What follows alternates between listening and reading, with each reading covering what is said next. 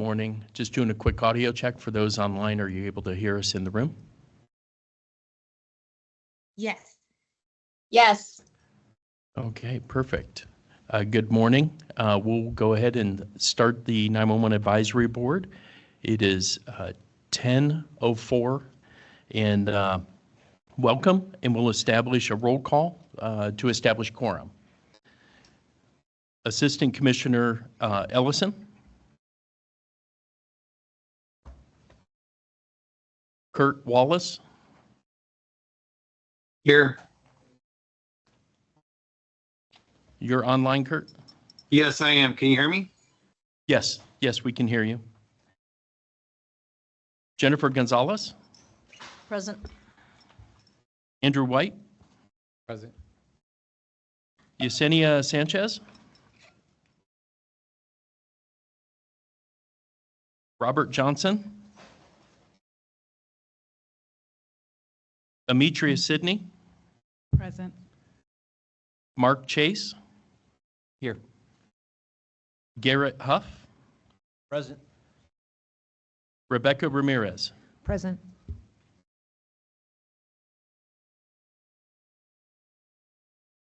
So we have 6 members present in facility and 1 member online. Quorum has been established. Thank you, everybody, and welcome.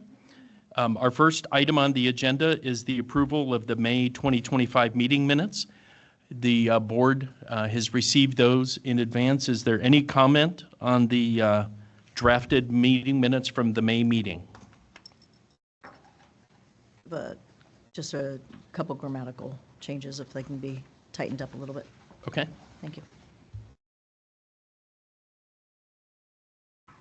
So for a couple grammar corrections, we'll have the board liaison, Samantha, take a look at that. Are there any other comments for the drafted meeting minutes?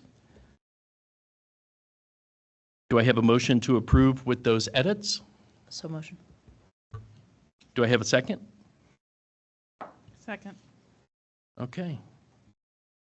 Rodney Ellison, we'll do a roll call vote to approve the meeting minutes. Rodney Ellison. Kurt Wallace. Approve. Jennifer Gonzalez. Approve. Andrew White. Approve. Yesenia Sanchez. Robert Johnson. Ametria Sidney. Approved. Mark Chase. Approve. Garrett Huff. Approve. Rebecca Ramirez. I was absent, so I'll abstain. Okay. The meeting minutes are approved. We'll do the grammar corrections and have those posted online. Thank you.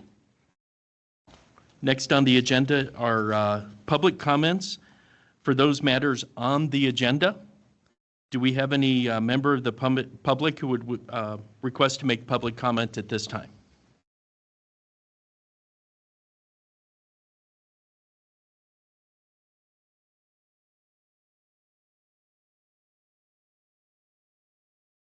All right.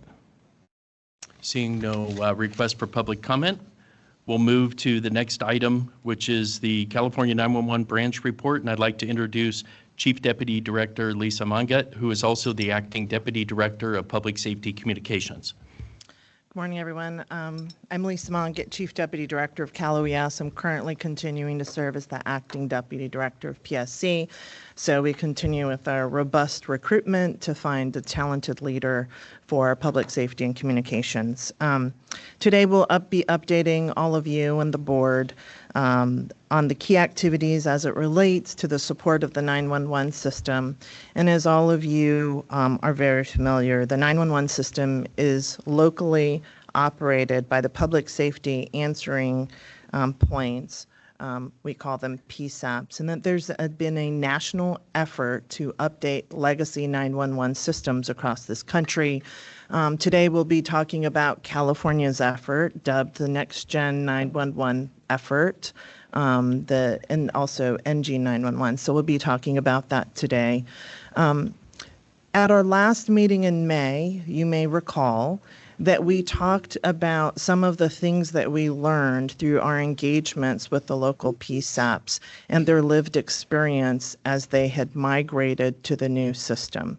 So we talked about kind of those types of things that we were thinking on and those efforts. Today we're going to be, and we also shared that we were going to be thinking about what does that mean for the future of the program, and are there some improvements and actions that we could take to improve the experience of the PSAPs as we move forward. So today you're going to hear a little more about that and an update on our current thinking and a plan going forward. I think we owe a big debt of gratitude to the PSAPs who've been so generous with their time and their conversations with us, and also our vendor partners. And our vendor partners that have committed to a seamless transition as we move forward. So we'll talk a little bit about that, and we're really pleased to be able to have some developments to share with you. And with that, I'll hand it back over to Paul. Thank you. So on this slide, here are a couple of the topics that we're going to discuss in our branch update. The first one is, again, just a review of our annual statistics. This is a very important data point for us because it validates as we move forward with 911 into transition into next generation 911, we need to ensure that we're building a system robust enough to be able to handle this workload. Again, 87% of our workload continues to be our wireless calls, and wireline continues to show a decline year after year as technology is being deployed into those rural communities and alternate communications technology is available. We want this to be a part of our continued discussion, and we want to be able to see this is what we're delivering today. In next generation, we could be delivering advanced data, additional telematics, that OnStar type technology, in delivering supplemental type technologies with the 911 call.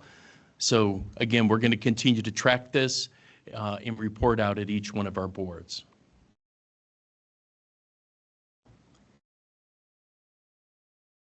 The next item on our agenda here is talking about call processing equipment. We have currently 306 PSAPs who have technology that's year 7 or older, and through as we worked through COVID, our advisory and compliance unit lost a few employees to other positions, and the team has been rebuilt, and they've been in place now for a year, just over a year. So there's been some training and getting them up to speed on everything related to the CPE technology, the PSAP relationships, and office policies.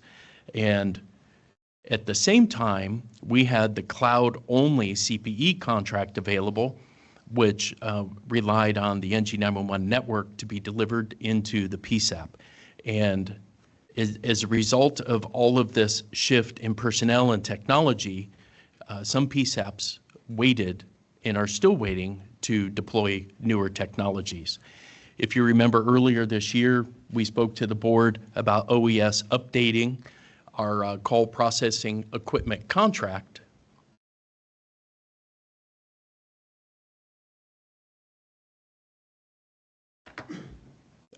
So our contract work was completed in partnership with the California Department of Technology. Those contracts were executed at the end of June, beginning of July, and that added on-premise CPE technology, put it on contract and available for the PSAPs to be able to buy. It was a total of 2 technologies, Motorola Vesta and Entrado Viper, with resellers on contract. So there's 5 contract options available for the PSAPs. And I really wanted to extend a huge thank you to the board for supporting those conversations and supporting the office being able to move forward with this technology. Since that contract has been executed, we had some work trickling in from the PSAPs, but after those contracts were executed, we've seen kind of this rush. Currently, we have 41 CPE projects that have been approved and are in process of being upgraded. The team has 67 allotment letters that have been signed and issued to the PSAPs. And I want to make a very important distinction there. The PSAP has been given an approved allotment letter, so they know what the office is going to fund their PSAP for. Now the PSAP needs to engage with the vendor, find the solution that they want, and start negotiating that deal, get the statement of work, send that into the state. Some PSAPs ask for that letter just to see where am I in the funding process. I may not be ready to upgrade my technology yet.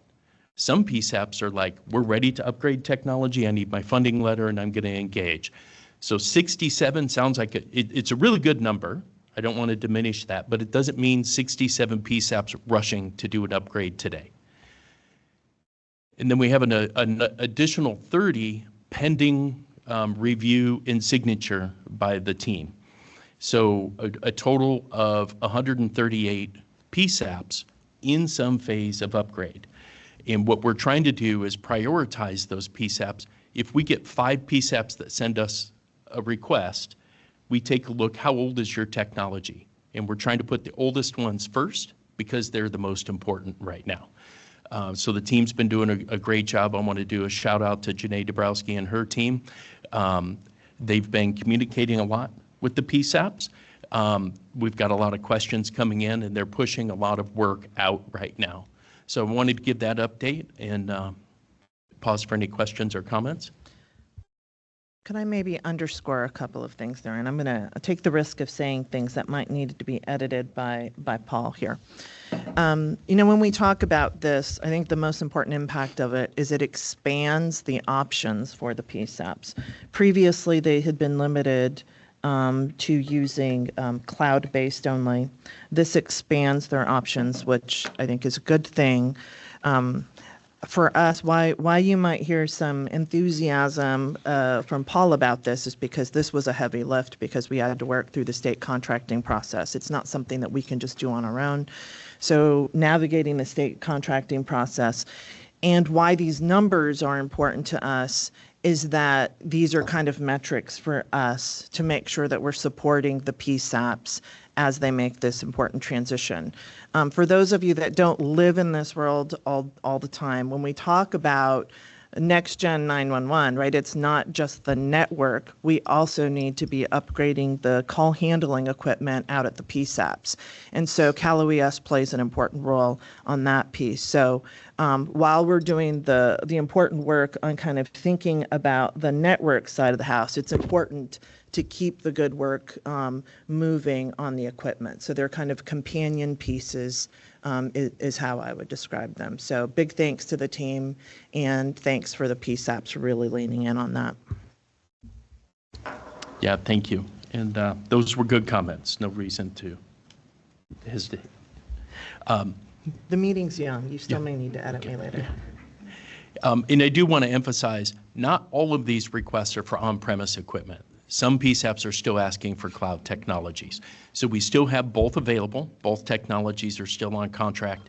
And as we look into the forward years, we'll continue to have both technologies on contract and give those options to the PSAP. I have a couple questions and comments. Yes. I understand that the contract was approved. My understanding is that the allotments that were made were based upon the calculations for cloud-based. And I'm informed, I don't know if it's accurate, I tried to look through and do my own comparisons, but it seems that the legacy systems that are now being reoffered are significantly more expensive. And so who's covering the difference? Or I guess, first of all, is that true? And then if so, who's covering the distance because of that separation of what it's costing versus what the allotments are? Right. Yeah, very good question, Chief. It's not true. So the allotments are based on the contract cost for that technology. So for cloud CPE, we have a formula that's used to support cloud deployment. And for the on-premise, there's an on-premise formula to cover that cost. What we found is the This was an amendment, so the competitive pricing was a little bit different. So the vendors came in a little bit higher in pricing. So the team had to work and build that formula based on a higher allotment. But the allotment is based on the cost of CPE, not a different formula. So in this contract, on-premise CPE will have this value. In the next contract where the contract price goes up or down, that allotment price will go up or down to match the contract price. Does that make sense? Yeah, I just want to clarify, you said not true, but then I heard something different. So the cost is more money, but you're saying commensurate with that, there's a different funding model. So it's Yeah. going to cost more to the CETNA fund, but for the agency's purpose, if I have a 3-position center or a 5-position center, the money's going to be commensurate to get me Correct. the equipment. Correct. The formula for on-premise is not based on cloud cost. It's based on on-premise cost. So I don't know, I'm just using the round numbers. Right. In a 3-seat PSAP, cloud technology is $250,000. On-premise technology is $500,000. So if you request an allotment for on-premise, you'll get an allotment to cover that $500,000 value. And I think you're getting to what my concern is from the overall project impacts and the taxpayer standpoint, if we're going now to a system that's double the cost for on-premise and presumably many more agencies want to go on-premise, hypothetically, how's that going to impact everything? Like the slide doesn't really tell us, it's great it got approved and we do that, but it sounds like it's a pretty several orders of magnitude impact overall. So I would say we would have to take a look in cloud technology. Your technology is deployed in a data center or in cloud, one instance, and then there's minimal equipment that goes into the PSAP. So the cost there should be less. In an on-premise system, you're putting all that technology into the back room. Yeah, I guess what I'm getting at is that I think PSAPs, with the funding that's allotted, generally, there's been enough that you can get your positions, and then usually there's like some furniture or whatnot, and then the agency will kick in to pick up the rest. My concern is, and it sounds like you validate, is like big picture numbers. We're going from, say, a 250,000 to a system twice as much for the same number of positions, that even if the allotment goes up like 400 and something PSAPs, if say 80% stay on premise, that impacts our entire system and what we have extra money for. And I don't think that that would be clear by the slide. It would just sound like, hey, we amended the contract, things are great, but the reality is we're now doubling the cost. If say everybody went to it, we're effectively doubling the cost of the system design. So. Right. So is your question about the residual funding left over after the CPE purchase? What funding is available to the PSAP? My concern's two parts. Is I think that we should be clear that the direction that's been taken, that we're going back to on-prem, clearly we talked last time, I think, about some of the reasons why and the value that it adds. But I think we equally should be clear that it's effectively costing twice as much money per PSAP. And I think from the board's perspective, at some point, we need to understand how does that impact the overall transition project, because that could have a massive impact unless there's an unlimited source of funding. Secondary to that is, of course, your point. Yeah, I mean, there's residual impact. Okay. So we can do some analysis between the cost of two like systems and have that for the next board meeting to be able to talk through. And then based on our knowns in PSAP upgrades, we should be able to figure out what does that look like impact to the budget. And then to the second part of your question, for the PSAP residuals, there should be money left over based on the allotment formula the team has developed. So at this point, though, we've done no calculations of the impact of theoretically switching the majority back to on-prem in terms of overall project budget? We have. I just don't have those numbers prepared to discuss today. So Is it significant? I mean, it sounds like you were saying it's doubling. I use that as an example. I don't have the cost offhand. Okay. We know it's a greater cost, But we also know not every PSAP is coming in asking for on-prem. Sure. There's a body of this work being done that are still asking for cloud technologies. Thank you. Just two other things is, it would be helpful on the slides. We've been, since sitting on this board almost 4 years now, we keep getting the same thing of this many places have applied or whatnot, to maybe give us context in that, like maybe some buckets of they've been waiting this long or whatever, because I think you brought up some valid points. Some people are just putting in because they want to see how much money. And if that is the case, maybe there's a better way we can get the PSAPs that information that reduces the workload on the team, or maybe it's simple. I don't know, but just a thought on that. And then from a technical perspective, in the legacy systems that have been reapproved, is texting over the top or integrated? Integrated, Okay, thank you. yeah. I have a question. So since July and the new contracts have become available for on-prem again, how many centers are actually still going forward with the cloud-based? Do you have the numbers on that? Janae, do you know offhand? The six.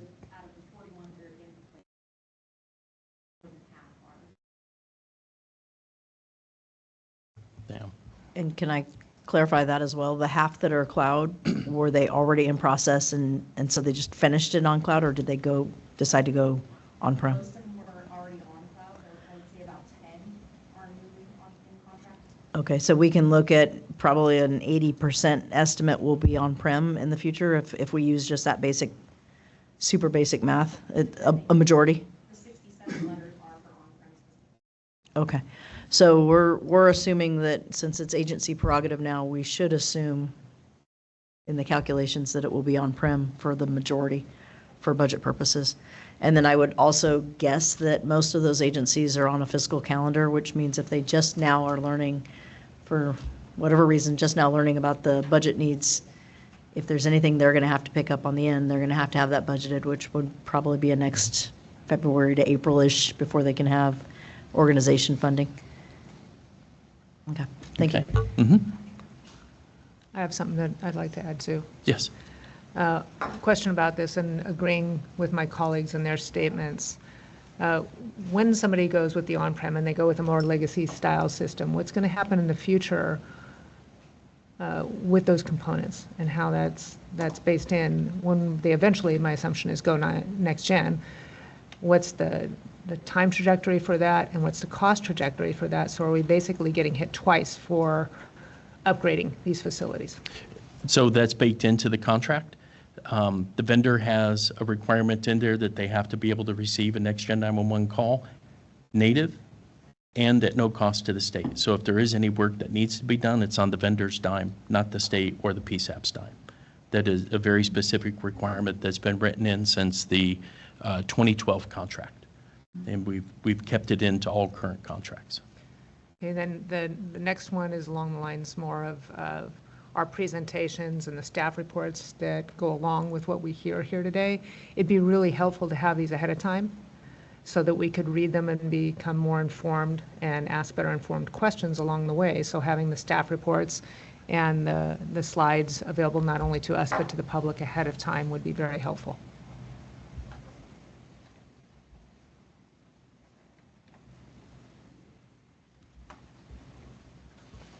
I had one question as well.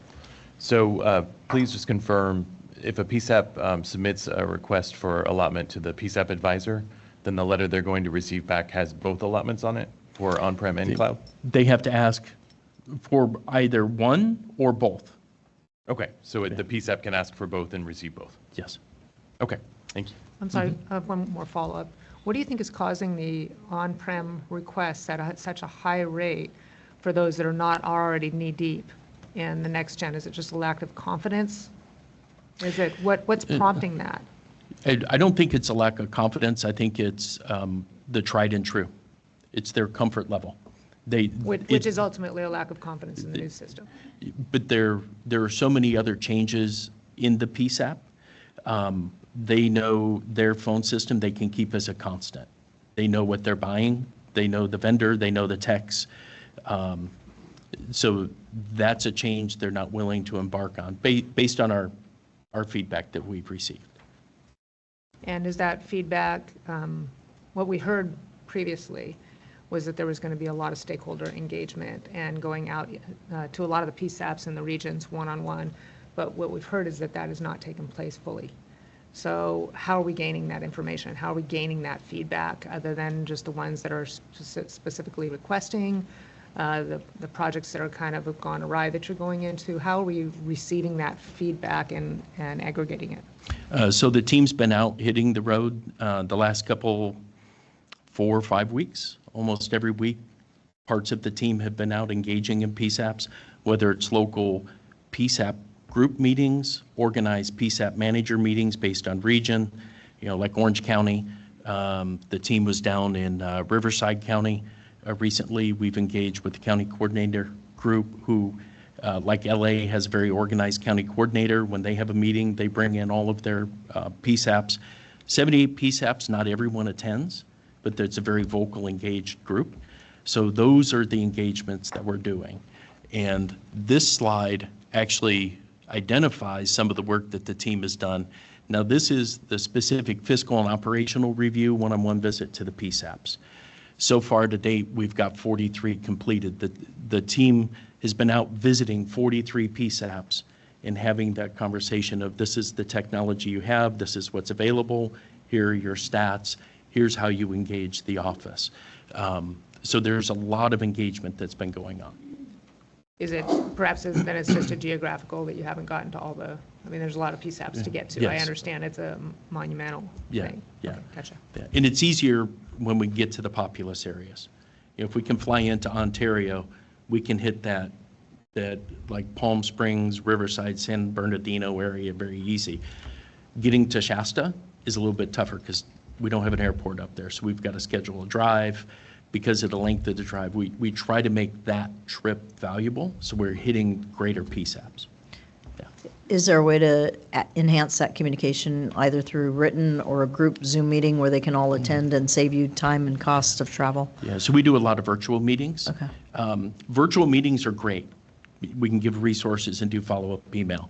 But being able to meet before and after the meetings, that's when a lot of folks independently will come up and ask questions. They might be afraid to ask a question in public, so they'll pull the team aside.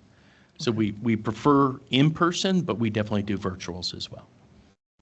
I had a question to clarify. It's been shown for a number of years the age of the systems and highlighted how many are in year 5, year 6, year 7 of support. Can you explain, like in a simple terms, in the on-premise that's now being authorized to resell again, is that same stuff that's there, correct?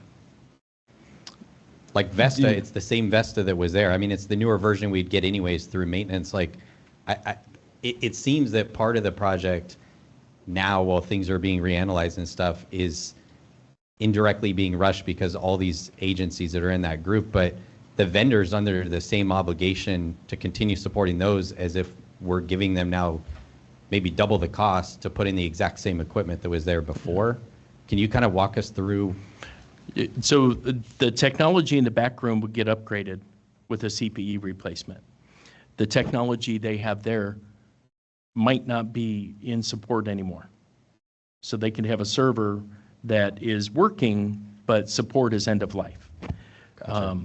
So it would naturally, the way we've written the contract and the policy for the branch is we want PSAPs to replace that equipment every 5 to 7 years. That's the life expectancy. Some of the PSAPs have gone past that. So the equipment being deployed today on the new contract is all new. New servers, new routers, new firewall, everything.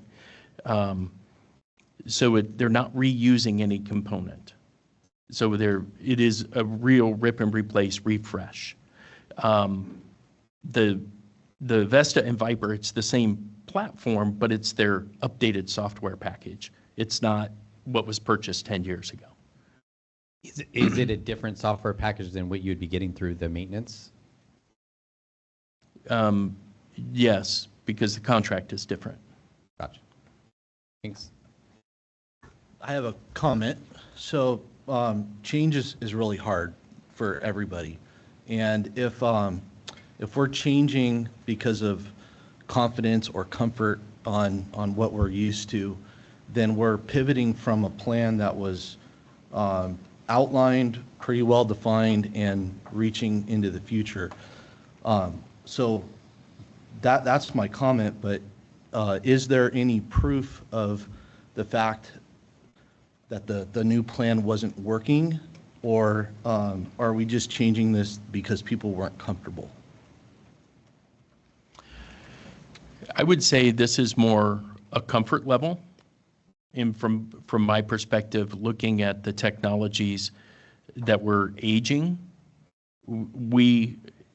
as we advance the state, I think we need to do it in phases and be comfortable with the changes. Eventually, in future state, we want to bring in cloud technologies. That's where everything in the industry is going.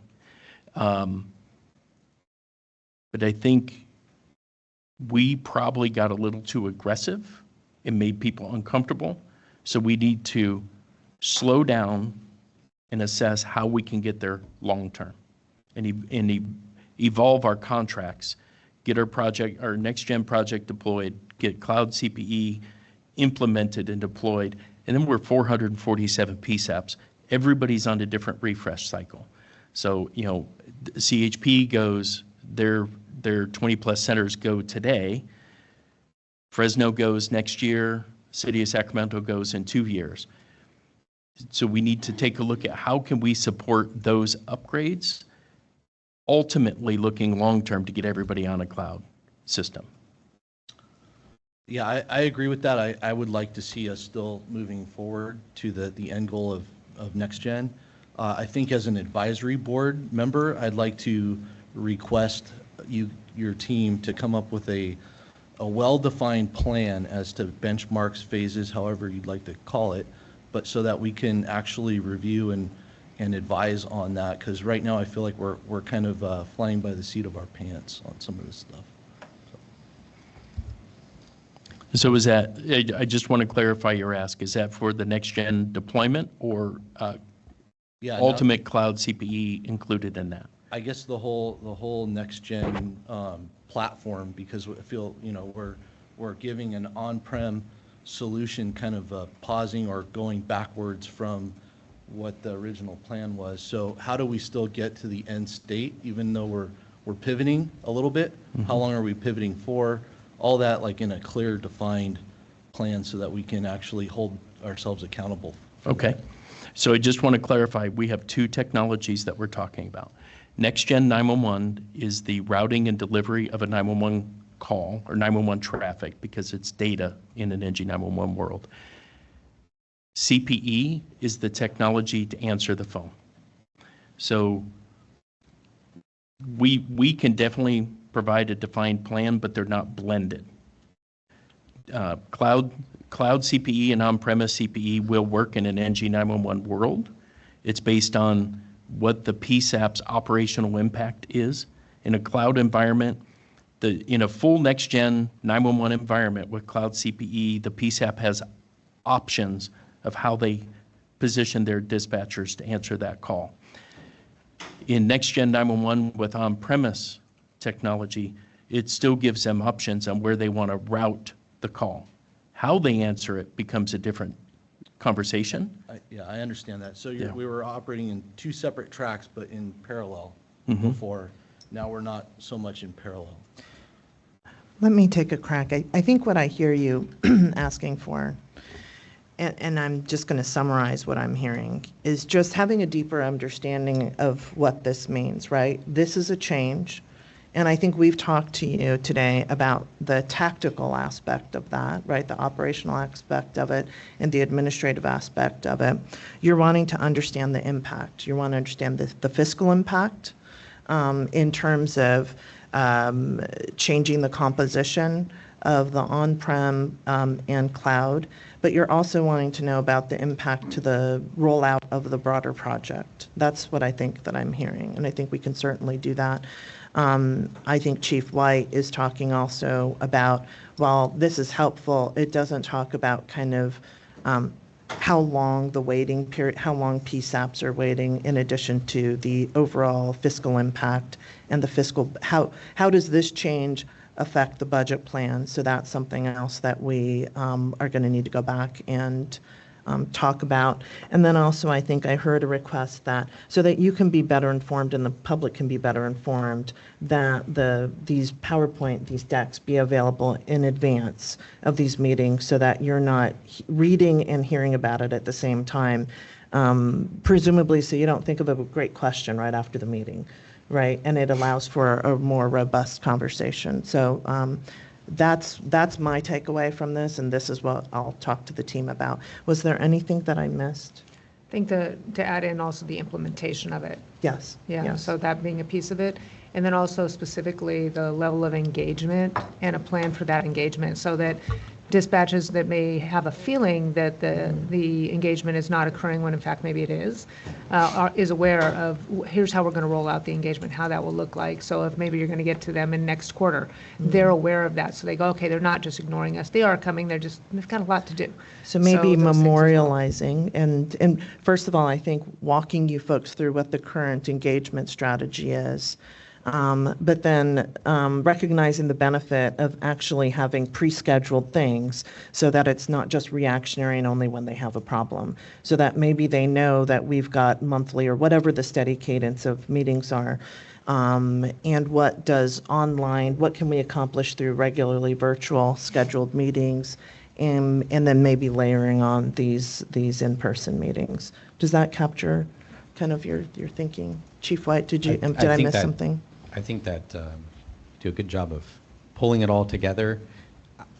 I think what it seems like there's frustration is, it was mentioned on the CPE slide, to thank the board for the support of doing it. I think rewinding, the reality is we came to the last meeting and found out prior to that, we were told by vendors, hey, this is what's going on.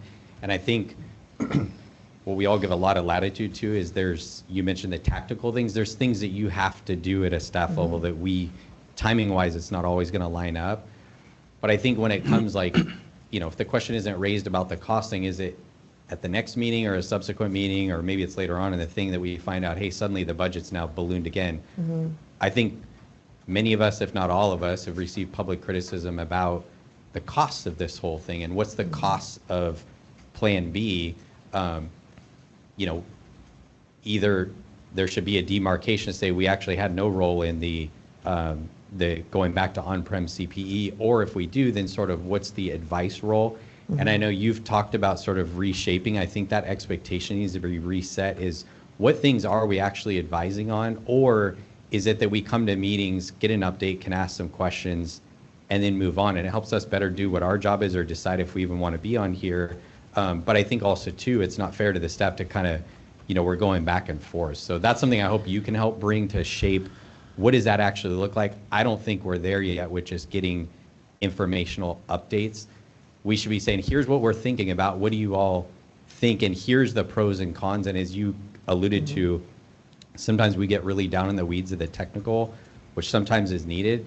But big picture, we should be talking, what's budget impact? What's the pros and cons? What's the impact to the dispatcher? What's the impact to the public of what's being done? Here's what staff recommends. And I think that's a point about getting stuff up front. If we got a one sheet, hey, here's what we're thinking about, this is why, and this is what we recommend, then we may be able to better serve you guys, because I feel like what will continue happening with this project is a ping ponging of whose fingerprints are on what, and it doesn't serve any of us nor the public. Well, I think I'd say at the top, it's an advisory body, not an oversight body. Having said that, though, my impression as I'm sitting here and listening to you, all of you are asking really good questions, but you're asking about the why we're doing this, right? And what we've presented to you is the how.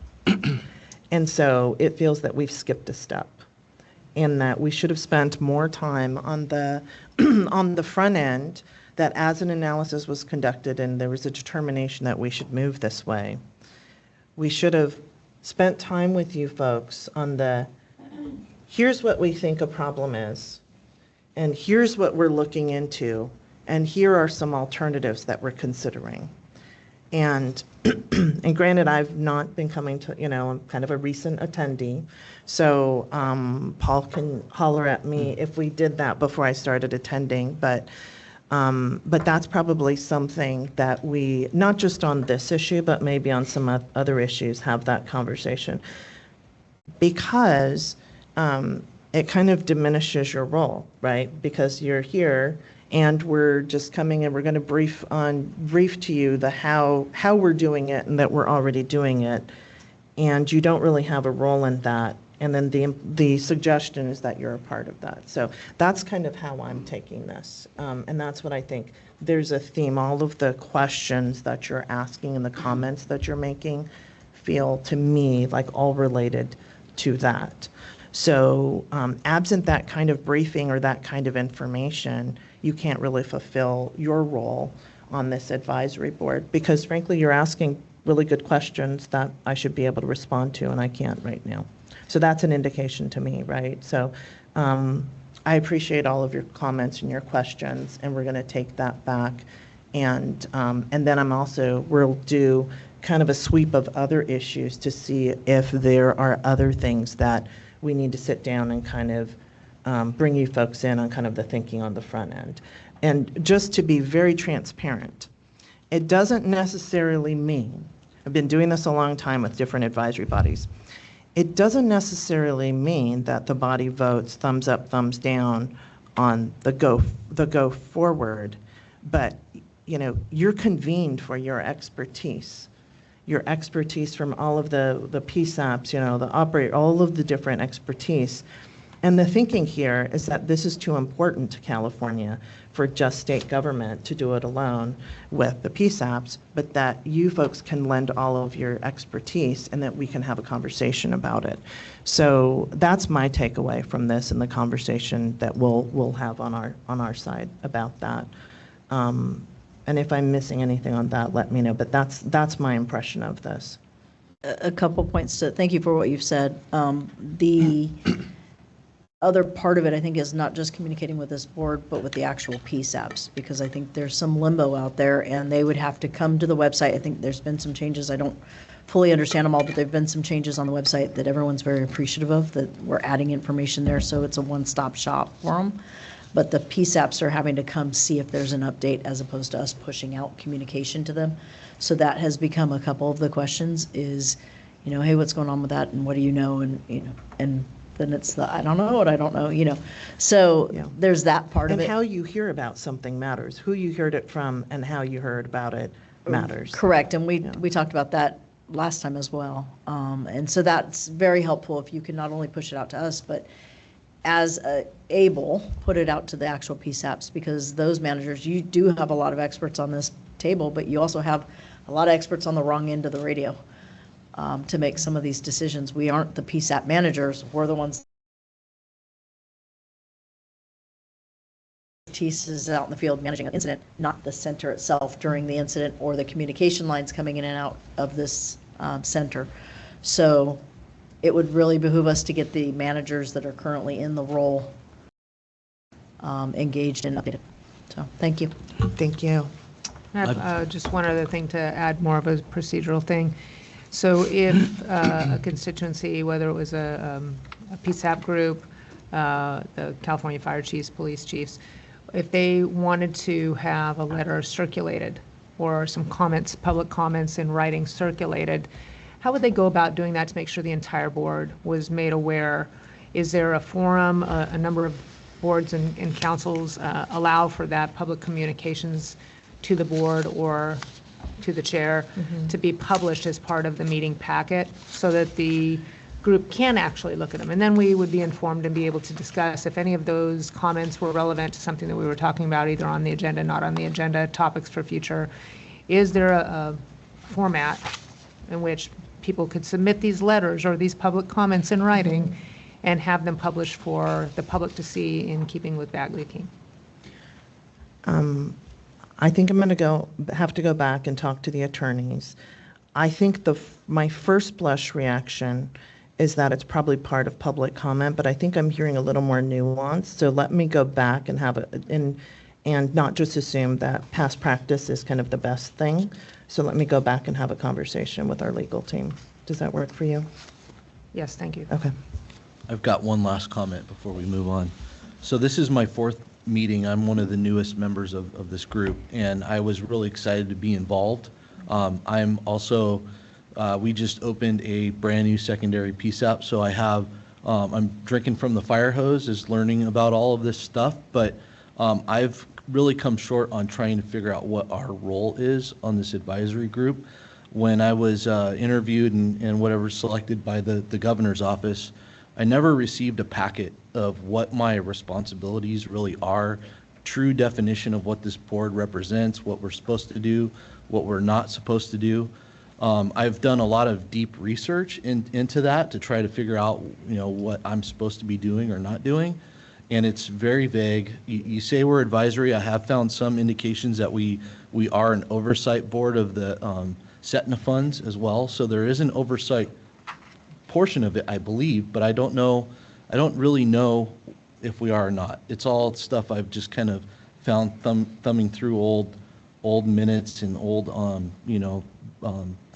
legislative actions and things like that. So it would be really helpful for all of us probably to understand what our true role is on this board.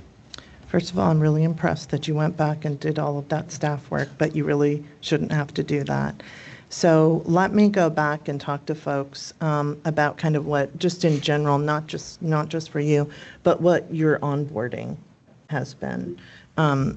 Typically, what we should be doing is and sometimes it's done by the governor's office, sometimes it's done by our legal team, but really kind of an onboarding about kind of what your role, and, I want you to feel comfortable with what your role is and what you can do, all of the things.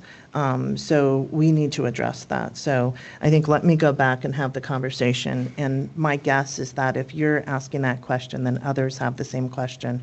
So we'll kind of make sure that we're doing the right thing by all of the advisory boards and members and see if there's something that we can do to be helpful on that front. Thank you very much. May I make one final comment? Just to Chief Ramirez's point about cloud CPE versus on-prem. I think that cloud CPE offers a lot of advantages to PSAPs, right? Call transcription, language translation, better reliability, easier rolling of calls to an alternative PSAP or setting up alternative routing, acceptance of photos and videos, better location accuracy. But as of late, as we look at some of the cloud options, we're being told that the bandwidth cannot support them. And so I think that makes a PSAP nervous as far as just ensuring that the product that is being sold to them or being demoed to them is actually going to work when it's deployed. So to that aspect, there definitely is concern on the PSAP side of, well, we already know what Vesta or Viper look like, right? Our current options, the ones that most of us are on. So in that aspect, that's part of the issue as well, I would say, for PSAPs adopting them, is there's a concern that the things that are being demoed to them may or may not work depending on what the network is like in their area, if they have to pay money for additional bandwidth, things like that.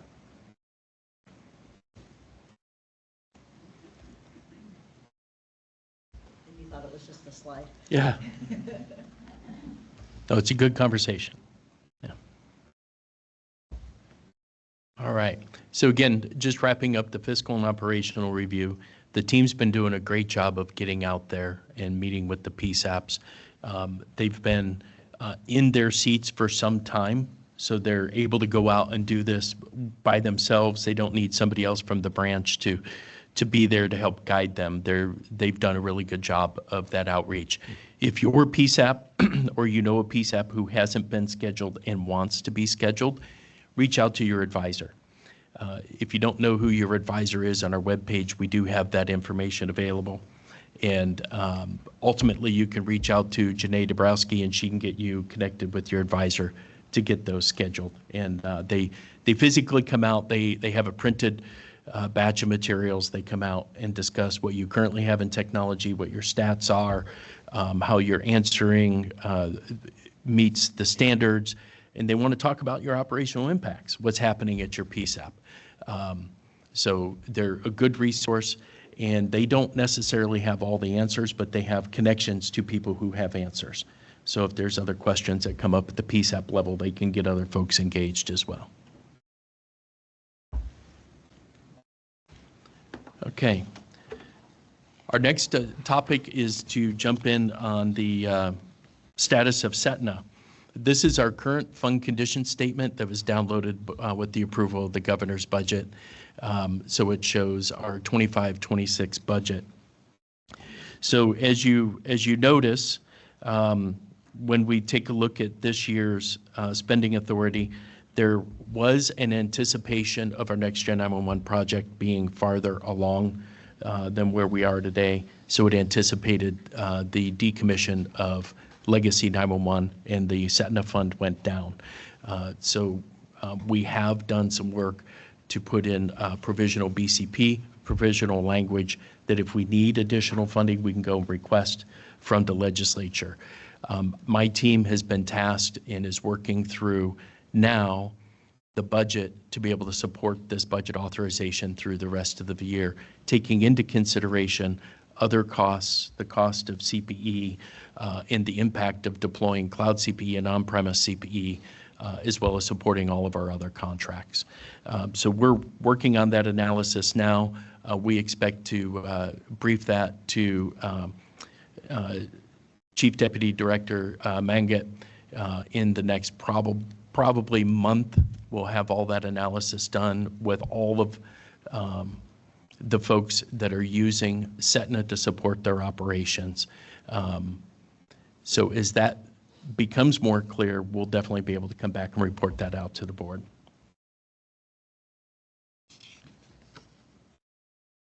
Any questions on the Setna fund condition statement?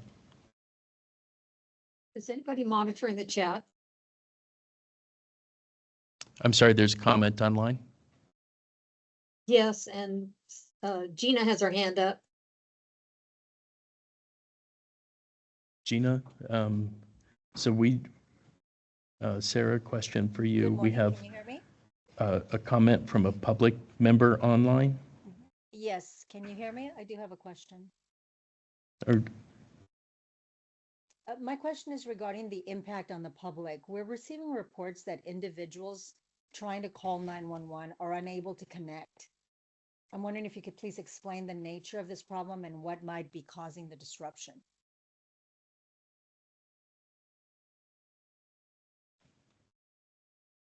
do you have more specific date, time, community? I do. I'm a news reporter in Los Angeles. I work for Fox 11 News, and we did a story involving a home in Eagle Rock that was, it was a small fire. Everyone in the community started calling. They couldn't get through. They lived pretty close to a fire station, so the neighbors had to run to that location and get the firefighters to come out. But every time they called 911, they couldn't get through. They kept getting a recording. There was just another incident this weekend in Palmdale where a family called for help and they could not get through. Multiple people tried to call 911 and they could not get through. The person ended up dying. I don't have the exact dates on me right now, but I can get them to you if somebody can connect with me after this meeting. Excuse me. My question is, what excuse me? is wrong? Like what is causing these disruptions? Excuse me, there's a portion at the end of this meeting where we were called for public comment. Right now we're working through the agenda. And we did take notice at the beginning of anybody who wanted to make public comment on any item on the agenda. That can be addressed also at the end. Okay, it's just Having you have having to- said that, we do have a member from our communications team in here who can answer your respective questions and connect with you. So I don't know if I'm looking at her now. Did you get her name? My name is Okay. Gina Silva, and I'm with Fox 11 News. Okay, Gina, we've got that, and I've got comms people in the room who are nodding up in their heads, and so they'll circle back with you. Thank you.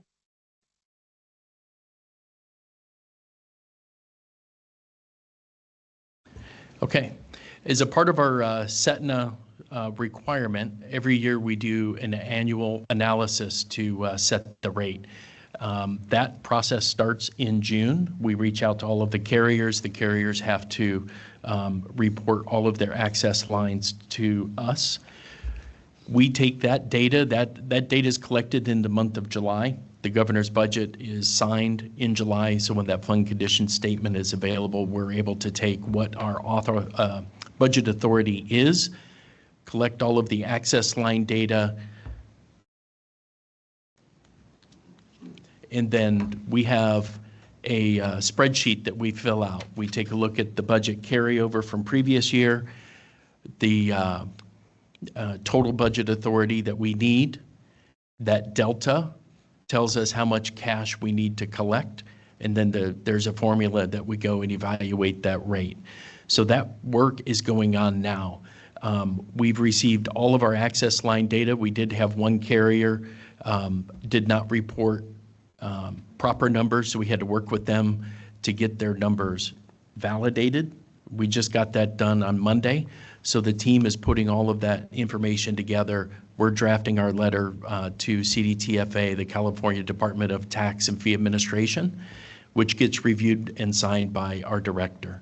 So as soon as all of that's put together, we draft it, we send it to, for review and approval, and that has to be delivered over to CDTFA by October 1st of each year. Any questions on the way the Setna rate is established?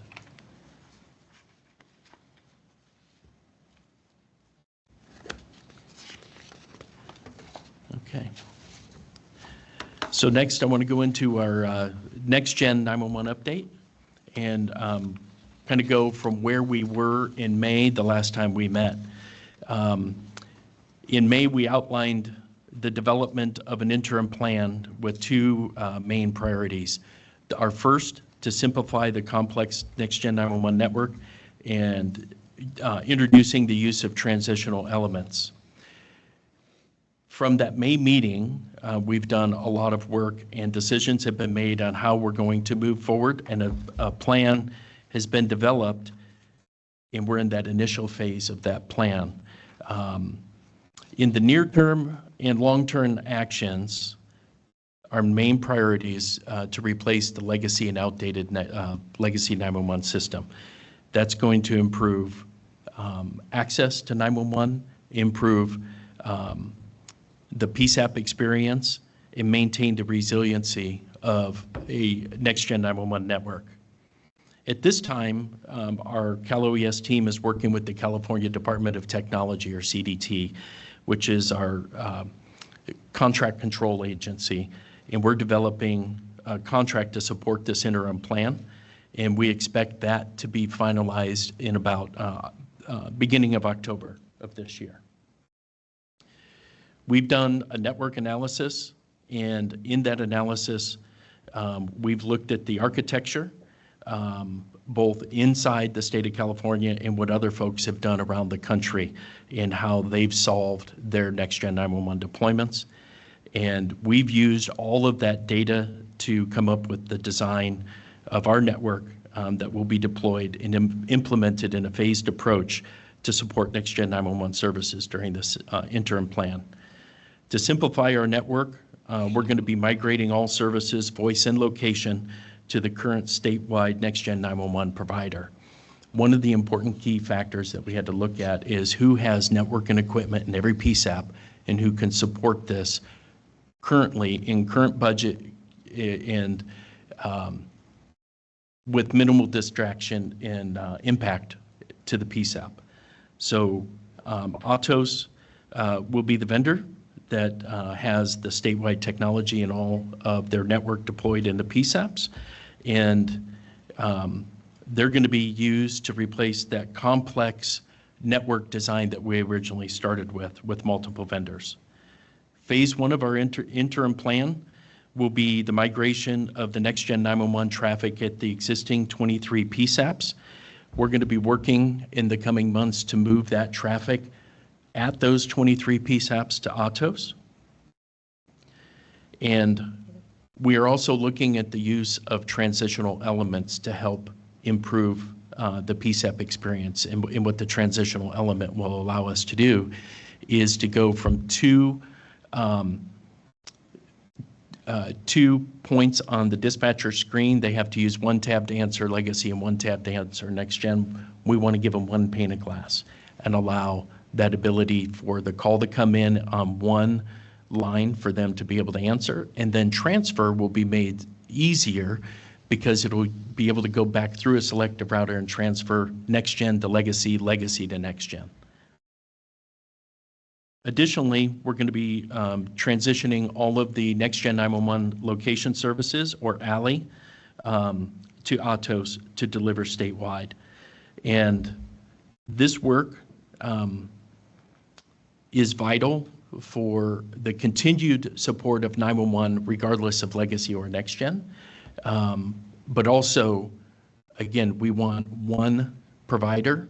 If there's any issue, we want the PSAPs to be able to call one provider, get support, and simplify the current network design.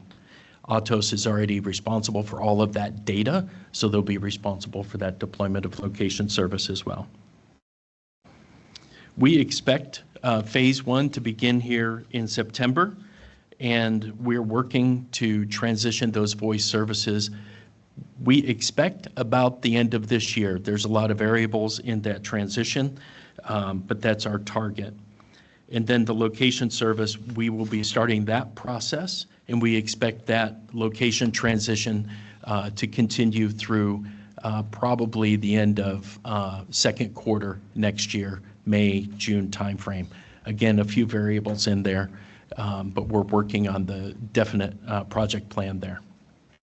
That's our phase one portion of this project. Phase two of the interim plan, as we continue to look forward on how we can support Next Gen 911, we want to be able to identify PSAPs that may have particular needs to get off the legacy network.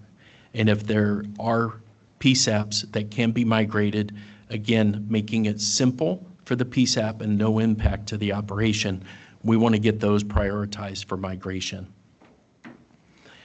One of the things that we're looking at is at the selective router, if we can employ a selective router gateway, if we can get a PSAP, what other PSAPs are attached to that gateway, and how can we support migration of those PSAPs as well.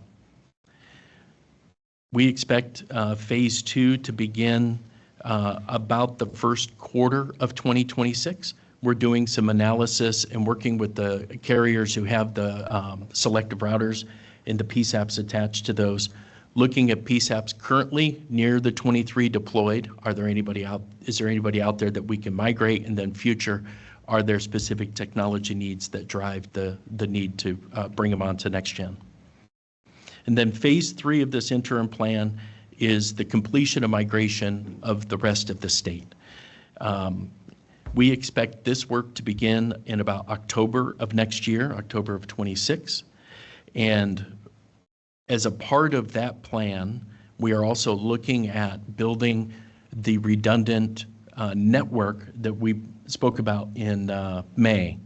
So we're working with the California Department of Technology in building a request for proposal. We're getting that drafted now. We expect that to be out in the first quarter of next year, and that will bring in a second provider to the state.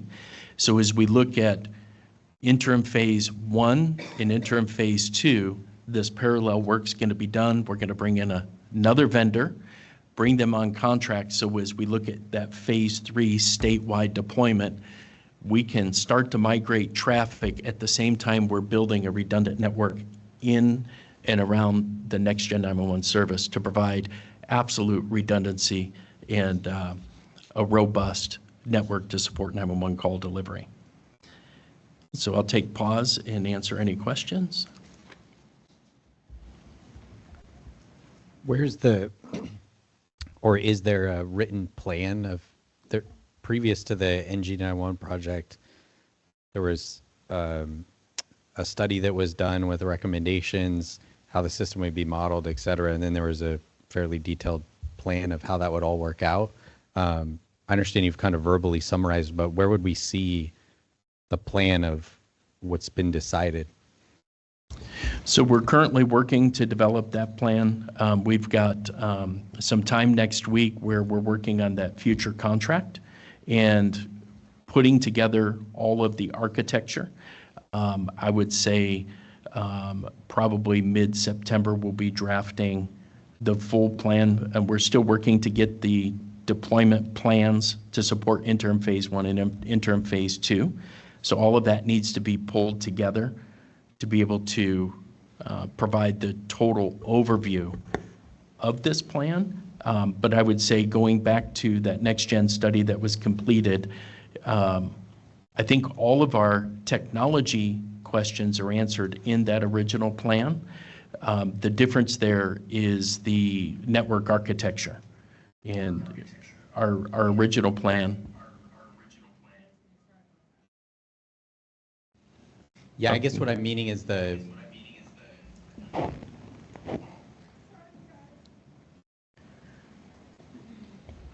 interim plan. Specifically, my understanding is that there's a person who I guess contracts with the state, Jason Bivens, who I've never heard of, who's giving direction to vendors, I guess, on behalf of the state to not renew circuits, to reduce circuits down, and there's concerns being raised about the impact of this. And so my natural thing would be go back and look at whatever the plan is to understand, well, that's maybe been considered, and here's the pros and cons. And maybe it digs back to the root of like why we're all here is, if this is what's happening, you said this is what's going on, like what are we actually advising on, or is it just an informational session about it? So I guess, is there a written comprehensive plan as far as this transition, not the new contract, I understand you have to do a bunch of work for that, but this current, between now and whenever that happens? Yeah, I think it would be helpful for us to have. I think there's a lot of different disparate pieces, but putting it all in one place to kind of memorialize the thinking, right? And then also I would say, we're talking about this in terms of like, this is what we plan on doing. There's a lot of things that you hear that are in motion. But all of this also is subject to, CDT, who is the key control agency, to make sure that we meet specified requirements.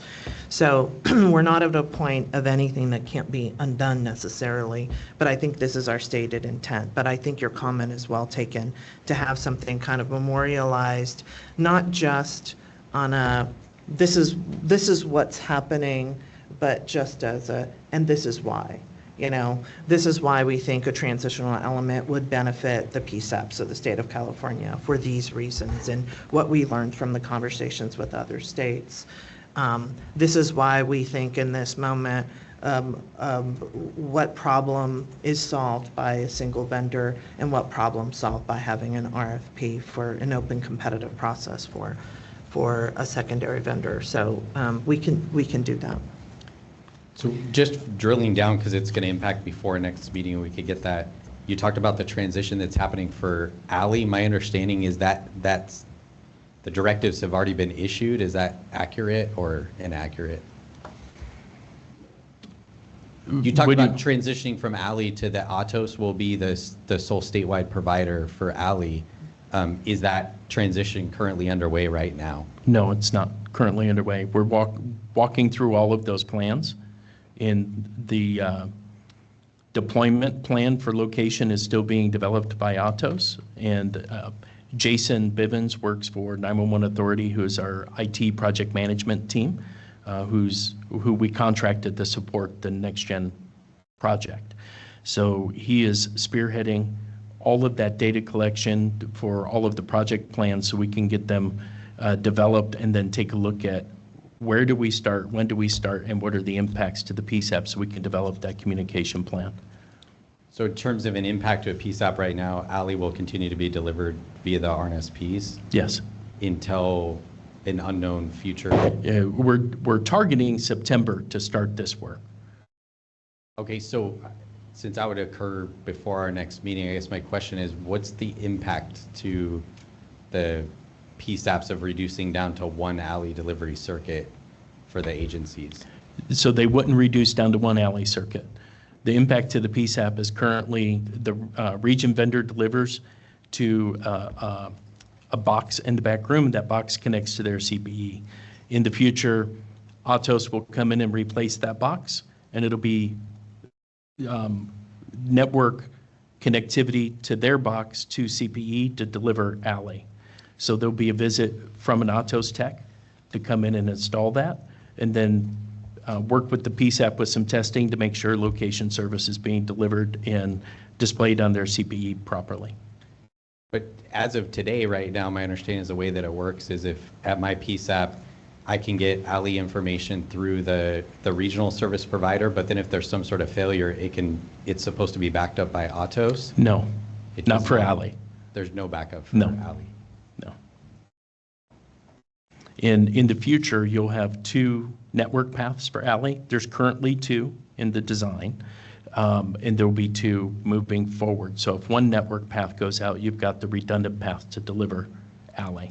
So in this transition period, then no agency will be left with one circuit to get Alley information. They'll continue to remain what they have today of 2. It's just Yes. a different provider. That's correct. And then in terms of reliability, there was the outage with Atos before. And if everybody's going to that, are we working through to make sure that that can't happen again? Because it would theoretically be a statewide outage of Alley. So the outage that occurred impacted text to 911 deployment, did not impact their other network service. So ultimately, there is risk. There's no way that we can build a system that's going to be 100% of the time.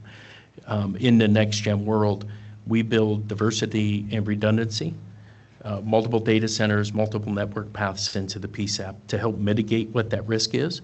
And if there is a network failure, there's other network paths available to deliver the service.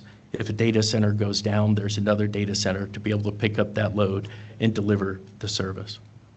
I guess my concern is that I was in Pennsylvania last month when they had the statewide outage. I just landed and happened to drive in when I get the emergency alert. And it caused me to think back to my role here, all of our roles in delivering this service to the public. And I'm significantly concerned about what the impact would be of a statewide 911 outage. And it's unique to us transitioning to NG because the legacy systems are all sort of central office space. They can operate on their own, but now there's this introduction one way or another. And so, it's difficult because it sounds like, paths are already being charted and so forth. It's also confusing because I think previously the 911 authority, at least what I'm told, I think it predates my time, recommended the model that we have and then now switched recommendations. I also understand the argument about complex, but I would also argue like this phone's super complex. I'd be better with 2 wires, but the functionality is completely different. But I also realize too, some things can be over-engineered. We know more today than what we knew 5 years ago. But it's just very concerning because ultimately, regardless of what our role is specified as, we're all represented as a public safety. We hear this very, this verbal update on something that's literally going to impact every single person in California.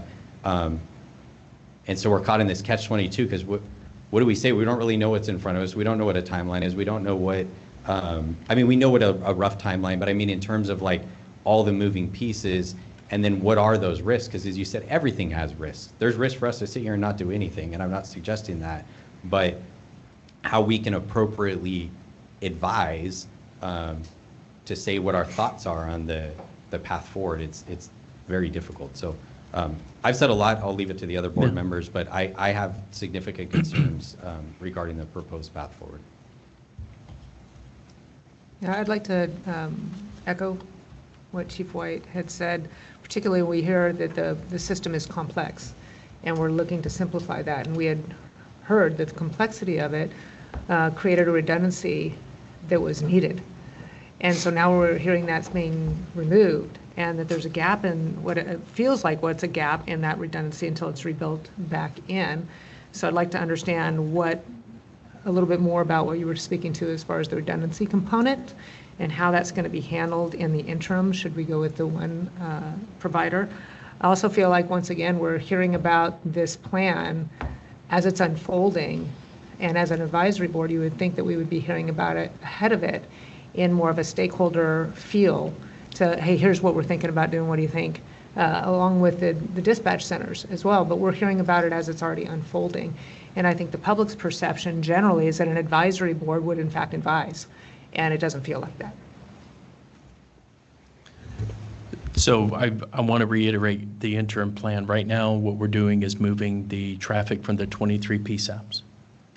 And if there's a technology need to migrate additional PSAPs, we'll evaluate that as part of our phase 2 plan. But the phase 3 plan is deploy new PSAPs at the same time we're building in a second redundant network. So for the redundancy perspective, most other states, I would say the majority of every other state has deployed one vendor statewide. Now, California is complex, and we are the largest volume of 911 calls. And because of the very diverse terrain of California, we should probably look at what other needs we need to support. So we agree we need a second vendor to come in and overlay and provide support in the event of a failure. I'm not sure what occurred in Pennsylvania as a way of a technology failure, but I would say in our final design at full end state, what we would have is redundant and dual providers. So if one provider had a catastrophic failure, the other provider would be able to pick up that workload and deliver. The other thing that we're looking at is how can we diversify that workload? So one is not sitting as just a dark network. There's calls that are going to be moving throughout that network and workload being carried there. So we understand and maintain capacity in the event that capacity is needed. But we don't have the full development of that architecture plan because we're still developing that particular RFP, which we expect to go out in January. And as discussed, CDT is our control agency. They have to be able to come in and look at what we're doing and agree to the ultimate plan. So we are briefing our path forward, and we are asking for feedback and advice to make sure that we're looking at our long-term strategy the proper way. And I would say we probably fell short by not providing some sort of detailed plan for you to analyze ahead of time. And go ahead, I see you're ready for a comment. Oh yeah, I think you were getting there. Is that I think having it written down very concisely about the phases so it's clear the timing also, right? Because not everything's happening right now. So I think we need to do that. And I think that helps with the discussion. I might be missing something, but don't we have two right now with the regional and then the prime networks? So we're going to dismantle the regional, but we're going to put up a new RFP for basically a second robust network. How is it different than what we have today? So we have 4 regions. So we have a total of 5 vendors. One vendor's got 2 regions, LA and Central Region. The way that failover and out of region delivery for transfers and a need to move a call region to region creates complexity. And by simplifying the network design down to 2 statewide providers, and then also taking a look at how we bring the traffic in and diversify that traffic, is the simplification that the engineering team is working through. But the end goal is to have 2 again. In a nutshell, we currently have a regionalized approach, right? So we have one vendor that has statewide connectivity, and then we have other vendors that support specific regions. And then you have the carriers and the intricacies of the carrier engagement. Under this model, there would be a vendor who we would be moving away from a regionalized approach, and so you would have statewide connectivity through one vendor. The second vendor that would be secured through an open procurement process would then be kind of the overlay, the backup to that statewide approach. But I think fundamentally, it's moving away from a regionalized approach to a statewide approach. And so you'll see us talk about that in a plan. Thank you. Just a question. You talked about other states and their approaches. Is there a state that comes to mind that has two redundant providers like this? Indiana. Okay. And they have calls come in and then diversify between two providers. And then there's the ability, they deliver based on a predetermined breakup of the state. And then they have some failover capabilities built in to that network. All right. Is there anyone else besides Indiana? Not that I can think of immediately. Okay. So that's for people who are interested in like researching this, that would be a good starting point to look at how they've set up their model, and this is sort of the direction the state is heading in. Would that be accurate? Yes, yes. And the information that we've received from the vendors and Indiana is their model is very successful. They had some challenges in the beginning. They were able to deploy, and their system works for their state. But I think for California, you know, every state, I'm sure, feels like they're special, right? California's special. We've got a lot of complexities that we're navigating. You know, certainly one of the discussion points is whether you just go with one statewide vendor and don't worry about kind of a second redundant system in place. But that was kind of a judgment call in terms of, in an abundance of caution, to have a secondary backup vendor like that. And so that's the kind of thing that we can talk about. But that was the thinking in having a second. And I think that redundancy is essential, particularly in a state as large and complex as ours. And then the question I think begs is just how do you get there? And I think from my understanding previously, the regionalized approach was to back up a statewide approach as well, so that therein lied the redundancy. And now we're going to maybe two statewide vendors, so that's kind of the shift there. Am I getting that correctly? You're correct. And then I would also say, probably even if Indiana wasn't doing this, we really kind of tailoring it. I think we looked at what other states were doing. We looked at kind of the needs of the PSAPs, and then really tried to tailor an approach for California. But that's the thinking. Yeah, and I think we would like to hear what was behind that thinking and what led you to that decision, instead of the approach that was really the information was gathered previously and said this is the approach that's best. So I think what kind of kicked that off and what was the thinking behind it, so that we could better understand it and also back it.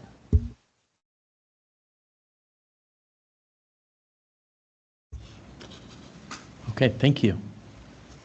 Any other questions? Are we getting that response, or is that a question, or that's like a future?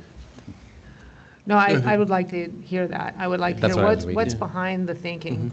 If this board is going to be advisory and not just hearing updates, because I think that's what is happening now, is we're hearing updates, we're hearing progress reports, and then we disseminate that information to our constituencies or PSAPs or our groups, Cal chiefs, police chiefs, et cetera. But I think if we're truly going to be advisory, it needs to come a little bit earlier, a little bit more formal in the transition. We've beat that up a little bit. And then to understand the thinking behind it, so we're brought along all at the same time. Concur. Yep. And I think we've got that action item. We'll be developing a plan to be able to present to the board. Can you explain in follow-up to that question, understanding where we are, where we want to be, and I think there's arguments either way about regional versus two statewide. So set that aside for a moment, but assume that's where we want to get. What's the reason to effectively reduce the redundancy for the next 9 months while we're transitioning? Why not wait until we have that second contract in place and then we stand up with this two statewide versus going for a period of time where Atos would be the only provider? So one of the big pieces of feedback that we got out of the PSAP was the disruption to their service. And right now they have two different windows to answer a next-gen call and a legacy call. And they have to operationally triage legacy and next-gen differently. They're handled operationally differently in our current deployment. So what we want to do is simplify the PSAP as well, using some transitional elements to get them down to one tab on that telephone system. So every 911 call that comes in, regardless of legacy or next-gen, will look and operate the same. And then it adds the benefit of being able to transfer next-gen to legacy and legacy to next-gen, where today in current deployment, we cannot do that. I understand about the legacy selective router as far as solving that problem, but the legacy selective router could be implemented with the regionals right now for those agencies that have transitioned. And so my question is, why wouldn't we just put that in with the model that's currently in place, go out with getting this new statewide secondary one, and then move it all at once? It seems like right now we're basically going to, get rid of some of the lifeboats temporarily for some unknown reason, and then go back and get it. And so the question is, put legacy selective routers at those central offices that are serving those 23 PSAPs. Right. So Ryan, are you in the room? I just want to correct my thought process here. So currently, at the 23 PSAPs, we have calls delivered by both vendors, Atos and each of the regions. So if we were going to do legacy selective routers, we would need two, one for Atos and one for the region provider, which would double the cost of a legacy selective router gateway, which there's a cost to it, and the cost varies based on selective router, who owns it, who's supporting the gateway. And then I don't know if you have two gateways, if we needed two gateways to support two vendors delivering to a PSAP, would that simplify their CPE screen? No, it wouldn't simplify it. I think the main point here, Chief White, is in our current design, the carriers are going into two separate providers, one being the region, the small LECs, the VoIP carriers are also going into Atos. And what we're trying to do is just simplify it all together, whether it's wireless carriers, the LECs, the small LECs, the VoIPs, they're all going to go into a single provider. And so we're trying to avoid, building a gateway for the region, building a gateway for Atos, and just bring it in as a single stream from the carrier side all the way into Atos into the CPE. And I guess my concern is if Atos has some issue that comes up like in the past, then we lose everything for all 23 PSAPs, whereas if even for the temporary in between time, if we had the regional and the state, if either one went out, it would fail over to the other under the current design. Yeah, I mean, I think there's many components that you're talking about. I think if we look at just Alley, let's just take Alley, for instance, and I think if we talk just through Alley, the plan there is to move the current Alley service from the regions to the prime. And today, like you're mentioning, we have two redundant circuits that supports the region Alley. Once we move that off, let's just use your PSAP. We move your Alley from region to Atos. Those two circuits are no longer going to be used. So there's an effective cost savings that Paul can take advantage of if we turn those down. But we're not going to turn them down until the service is transitioned off. Does that make sense? And then and I understand the cost savings, and then we also know there's cost increases on the other side from the on-premise. It's difficult for me to answer when individuals have asked from agencies is like, okay, I think most people can understand where we want to go and they understand kind of where things are at. It's what happens in that in-between that's very opaque. And I'm not suggesting you guys haven't done a ton of work or looked at all this, but from our role, like, we don't really know to say, that sounds great, Paul, move along and do it. Or, oh boy, it's almost like we have to wait till something happens and then somebody come back and, well, why didn't you guys ask for a plan? Like, if we wanted to remodel this room, there'd be a written plan. So that's where it's difficult, I think, for us, or I'll just speak for myself, it's difficult. I agree with you. I think I hear the action is to develop the plan so that we can really help provide the clarity that goes behind some of the logic that we use to really get to where we're at today. I've got that action written down for us. No, thank you.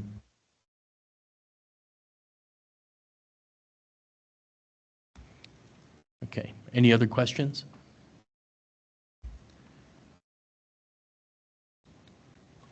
All right.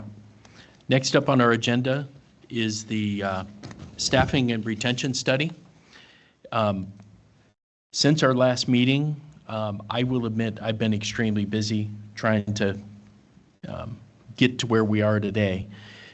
I haven't had all of the time committed that I hope to have committed to meet. I worked with Chief Gamelgard to meet with the Cal Chiefs in June, and we couldn't get that because of conflicts in my schedule. However, we are scheduled in September, and I'm working with Chief O'Keefe, the Cal OES law chief, to help coordinate and meet with the Cal police chiefs. The team has been updated on the staffing study, and they go out anytime they meet with PSAPs. They talk about the study. We have a lot of folks who have asked for copies of the study, so we know the conversation is out there.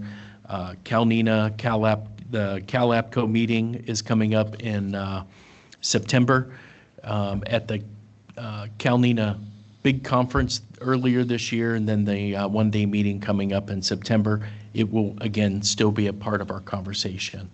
But my goal is as we get some of this next-gen 911 and our CPE work moving forward, I'll be able to go out and start to talk to more of the associations. And I ask if the board members can be a resource for me to start to do some introductions, especially like with the fire chiefs, if they want to hear about the staffing study. If you can introduce me to the appropriate point of contact, I'll work to get that scheduled.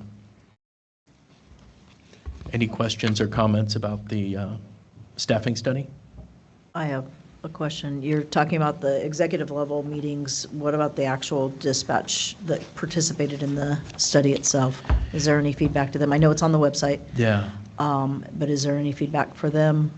And what's next? Like, we have the study, now what do we do with it? Is it just sit on a shelf and it's a document that we complain about for a couple of years? Or is it something that the state is then looking to find other ways to help with recruitment and retention and long-term planning at a state level? Yeah, so when we wrote the first contract for this study, we wrote in, how do we come back in a couple of years to develop a new study to take this and go back and then see who used the study, what was good, what was bad, did we miss something, how can we refine it?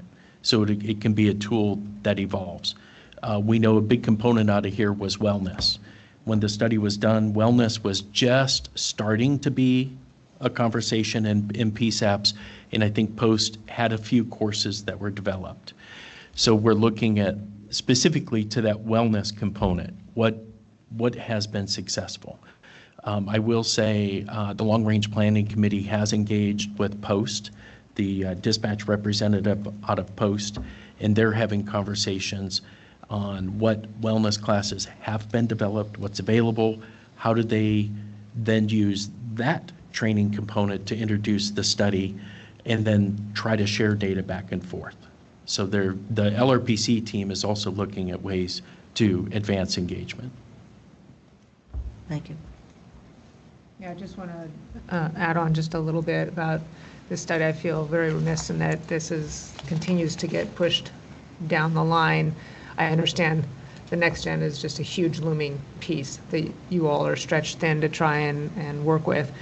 But our dispatchers and our dispatch centers deserve better from a staffing perspective and from a support perspective. If we don't help support the people in this, then the technology will not be able to be successful. So I'm glad to hear that even though it may feel a little bit like it's been backburnered, it hasn't, and that we'll continue to push on this. Super important. Yep. And I would say probably end of 26, early 27, I believe, we should start to engage on the follow-up study. I think that'll give this study some time. The PSAPs are engaging different speeds and budget issues and everything else. So I think having the study be out there for a few years and then do a follow-up and try to pick it up and advance to confirm, was it successful? What's working? And then what did we miss? How do we build upon what we have today?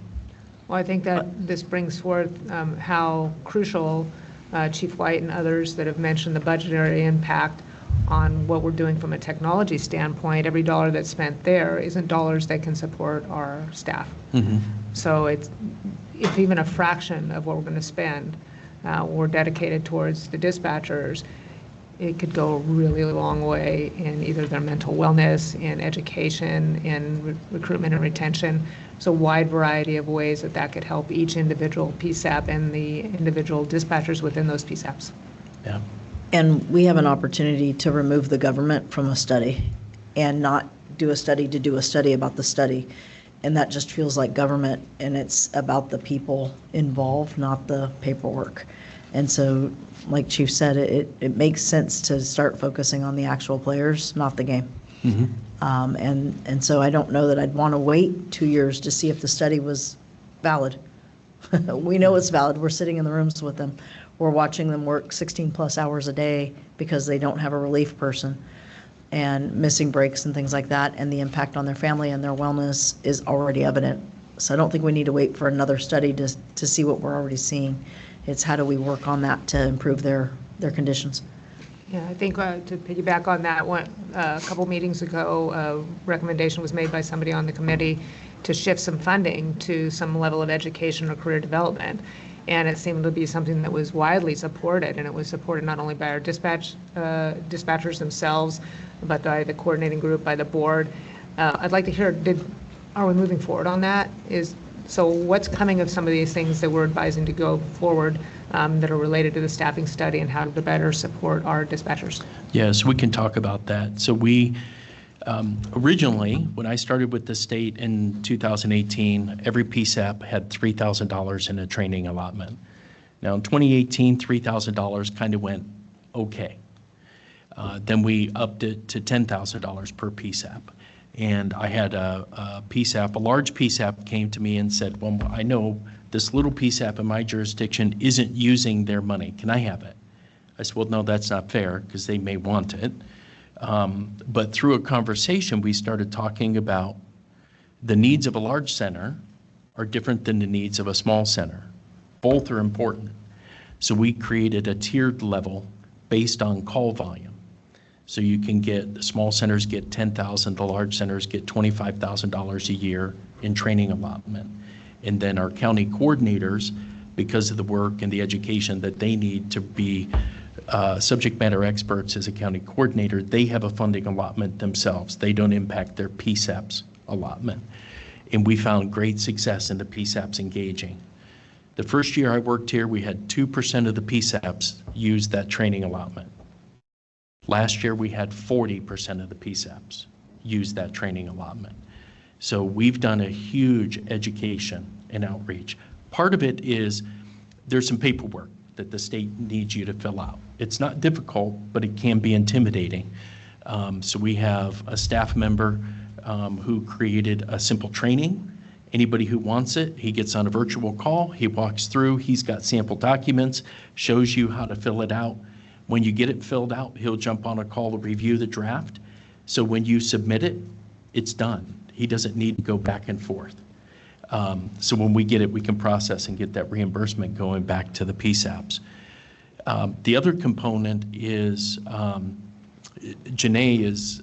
Dabrowski is the one who reviews all of the requests for classes to be reimbursable.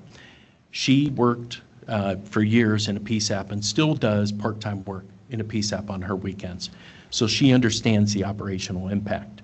So I've asked her to review all of these requests where somebody comes in and says, hey, here's a class that I think is going to benefit dispatchers. The only ask that we have is if an agency's hosting, that you open it up for everybody. not everybody's going to attend. You might be limited to 30 seats, but don't just limit it to your PSAP. Let's give folks in your neighborhood an opportunity to attend. And then we ask post, if it's a post-certified class, to do it as a post-NA, not applicable to post-reimbursement. We then can approve for reimbursement. And we found great success. A lot of the post instructors understand that. And we're getting what used to be very operationalized training is now getting very broad to include some mental health and wellness components. So again, we have a very diverse group of trainings that were approved, and all of those are posted on our website. We keep all of those postings up. So one, the PSAPs can search and see what's available, and then also you can see what we're allowing folks to attend. So if there's recommendations on additional courses, we definitely like those as well. I'm recalling a little of the conversation now, and we had recognized that there was some success that you all were feeling related to the education piece, but the gap seemed to be the overtime that was related to that. And would there be an ability to actually fund some of the overtime? And that's where I think we heard, yeah, we'll look into that. There actually might be. And was there any reason why we couldn't do that? And so I'd like to hear some follow-up on that if we could, please. Let me get back to you. Thank you. Yeah. And I'll just add that I think the Cal OES staff has done a great job getting that number up and really increasing the funding from, at least from the Calina perspective, as well as I'm sure the two APCO chapters.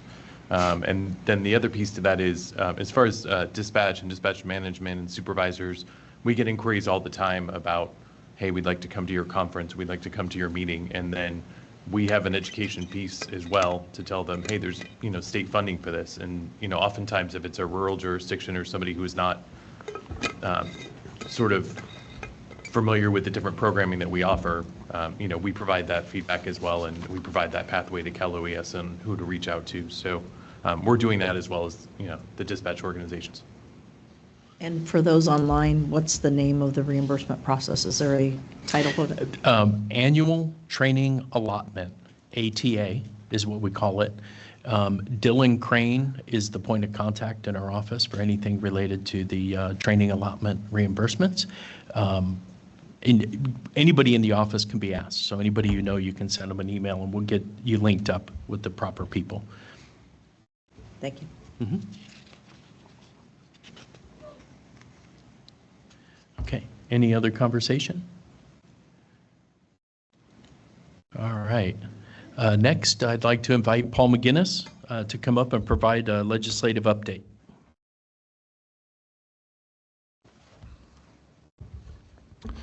All right, good morning. I'll just give a few key legislative dates that are upcoming, as well as go through a few bills that we are tracking that may be of interest to the board. It's 5 state bills and 4 federal, and the list will be made available to the board following the meeting.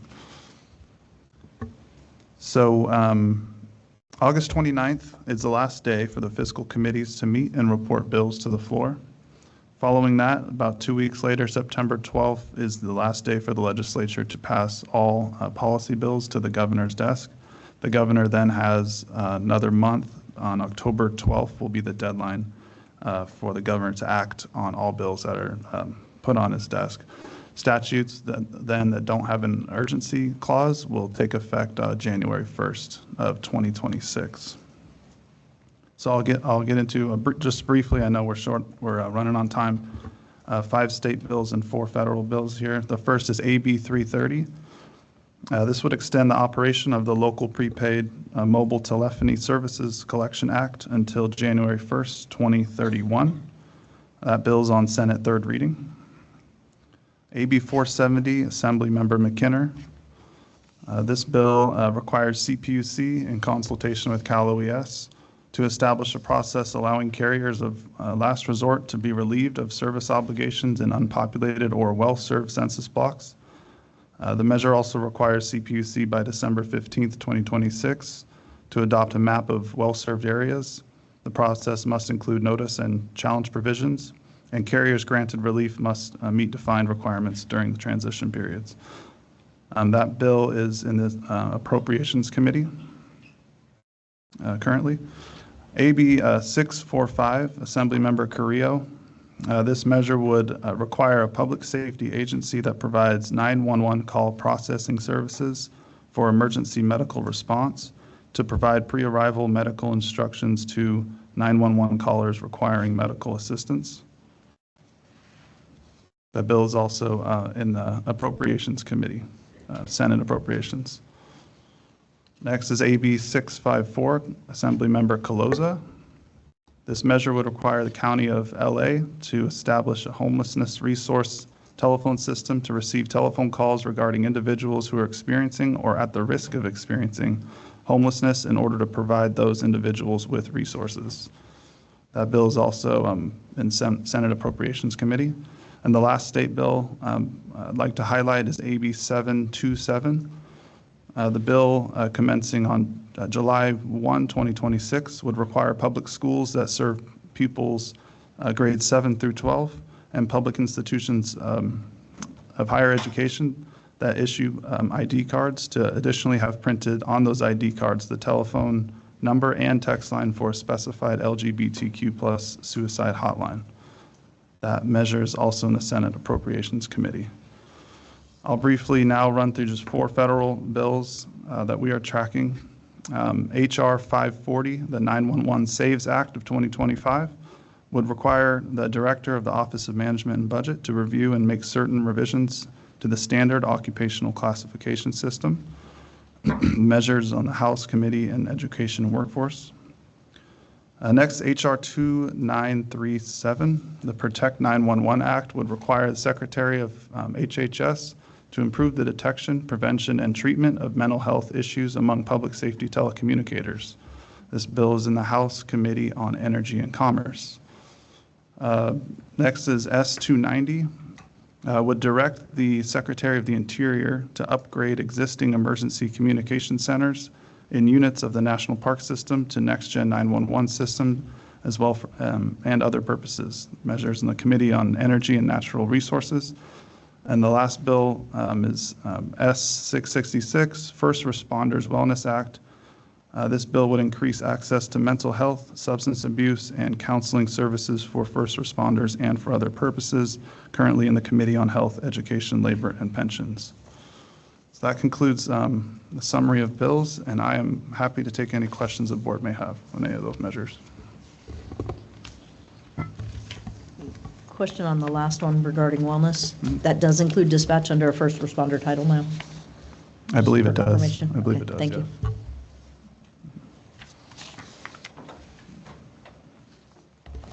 All right, thank you.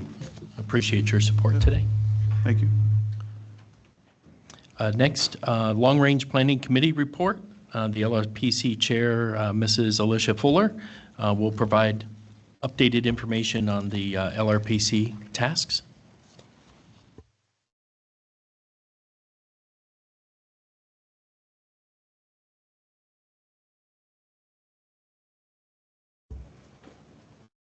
Good morning, everybody. I am going to start with the report that we were talking about regarding staffing because I was listening very closely to your conversation and want to provide you with some reassurance that we're not doing nothing. There are things happening in the background because I understand your concern with making sure that this stays on the table and keeps moving forward. So one of the things that the LRPC is doing is taking a look at job specifications for dispatchers, call takers, whatever it is we call the professionals in California. We're working up a template in order to provide something to the community that can be posted anywhere, really, so that as organizations are updating their job classifications, they can use this as reference and make sure that we're not hiring secretaries to do work that is not secretarial by any means. And a lot of the job specifications still read that way, as if they're clerical or secretarial. So we have a very rough template that we'll work through in our meeting this afternoon. And the template will include, and I think we're going to do multiple templates for different types of jobs, whether it's fire-specific dispatchers, a call taker versus a dispatcher. The goal is to try and make this as complete as possible. But we'll include a summary, key responsibilities that the job should be doing, required and preferred or optional qualifications that need to be considered, the working conditions and the conditions for the employment so that the employee knows like what you're walking into. It's a lot of computers and screens now. It's not, a typewriter or anything of that nature anymore.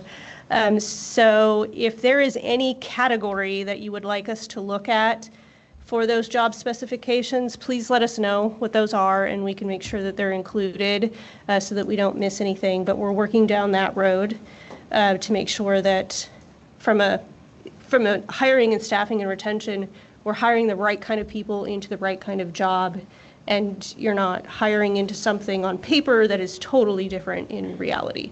So that's one of the things we are working on. And then another is, as you had stated, Paul, with regard to post-training, specifically around wellness.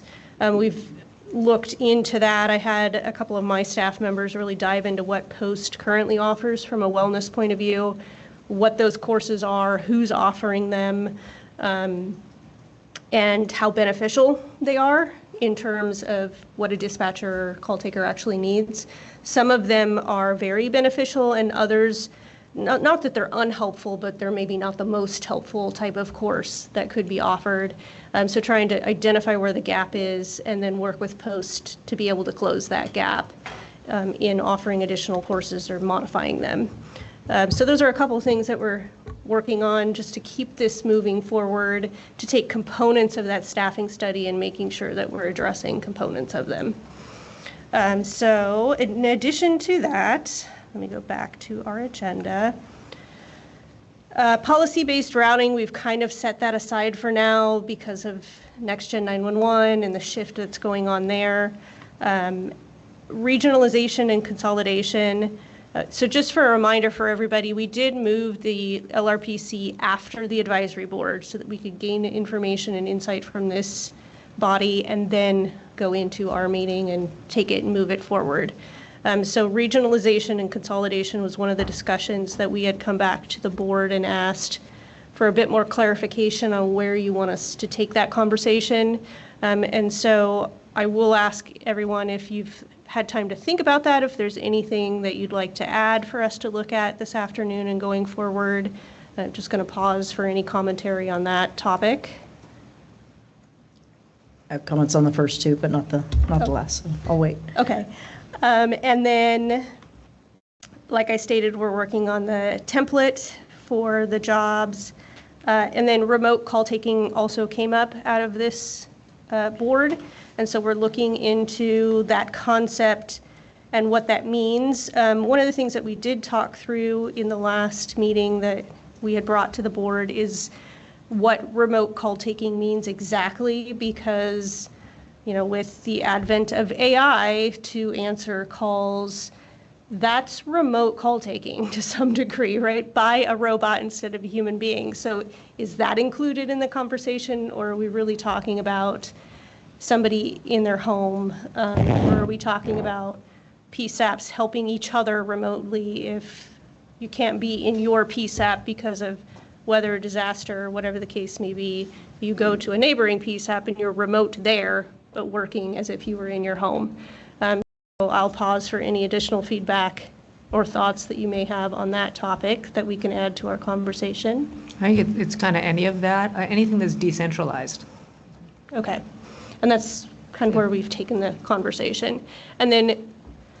Yeah, I would just offer a, sorry. The monitor is right behind me, and I was like, where's that voice coming from? It's me. No, I would just offer up the same feedback that really referring to the idea that, right, if you have some type of, illness outbreak, right, in your center, or, well and good during the COVID epidemic, right, many of your centers had real issues and, had to come up with alternative plans as they, decontaminated the centers and, right. So really that type of plan of if there's some type of natural disaster or if there's some type of disease epidemic, whatever it is, emergency that prevents dispatchers from working in the PSAP, or you need additional call takers, what are the best practices for providing equipment for them to work from home or an alternative location that they can reach? Say it's an earthquake and a freeway's taken out or something, right? Like access to the PSAP. How can you best set that up, and what are some of the costs that are going to be associated with that? That's sort of my thinking, is what are some best practices that PSAPs can then look at today and say, hey, as we're strategic planning for the next few years, what are some options there as far as how we can provide some redundancy to your center being inundated by calls? Okay, excellent. And then in terms of options and what you're asking for, do you want a list of best practices? Are you looking for a report? Is there some expectation that you all have in what we're providing? Or is this open-ended? Are you looking for us to provide documentation that could then be considered for the way NextGen is designed potentially, that OES may need to have some of this information as they're going through the design process?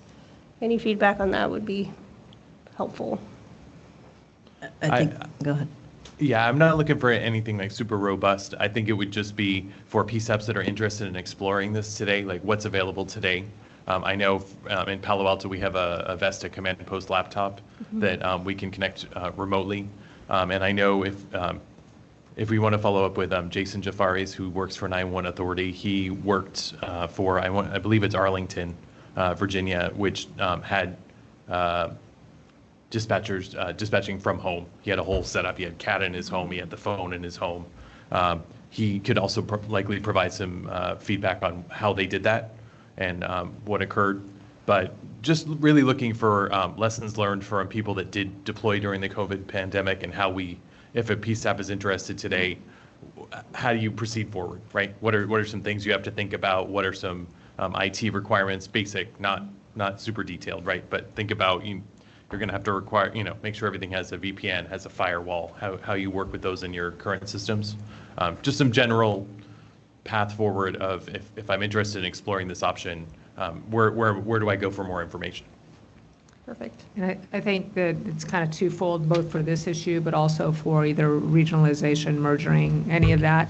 They kind of have a lot of parallels to them. And it's not only functionally, can it actually happen on a technical perspective? Is it possible that you can do it? Is there security surrounding it? All those things, is there equipment that can actually do that? But I think, is there desire to do it? And what are the barriers from more of an emotional standpoint, the proprietal feelings that go along with merging and things like that can present a lot of barriers. And those might also, what barriers might exist on decentralizing when it's needed? They're probably a little bit less there. But so I think not only the technical aspect, but also what's keeping people from doing that now, if we know that in many cases it can be cost effective. So Okay, perfect. The regionalization was my thought too, so thank you. Excellent. All right. I think that's about it that we plan to cover this afternoon. You had a couple of additional comments on the prior? Correct. The first couple items, one was the wellness, the job specs. The city of Napa, props to the HR staff there, but they've done core competencies for each of the role and what those competencies look like for the individuals that would be applying, both from an educational standpoint before you get into the job, because that's an expensive adventure, is hiring, getting somebody through the background process, getting them hired, getting them into training, and then they discover it's not for them. And so how can we help reduce some of those costs to the agencies that are desperate for bodies, get excited about having somebody in the center, and then lose them? And that emotional roller coaster that the staff go through with hope that somebody's coming for relief, and then they don't make it, or they step away from the program. The other part of it is to assist with promotional opportunities. So when there's opportunities for development of staff to be leads and things like that, and into supervisory roles, whatever the titles may be, having those core competencies available to them might be an idea, since you're already doing the work, to just add that component to it.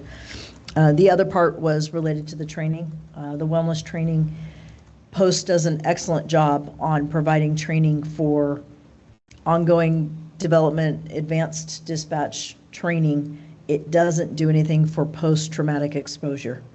And so stepping away from our dependence on post when it comes to the wellness training will be important for the individuals that are experiencing the traumatic calls. Post can tell you what it's going to be like and how to prepare for things, but once it happens, how do you then take care of yourself so you can continue to serve? And it's that put your mask on before you help someone else on a plane concept.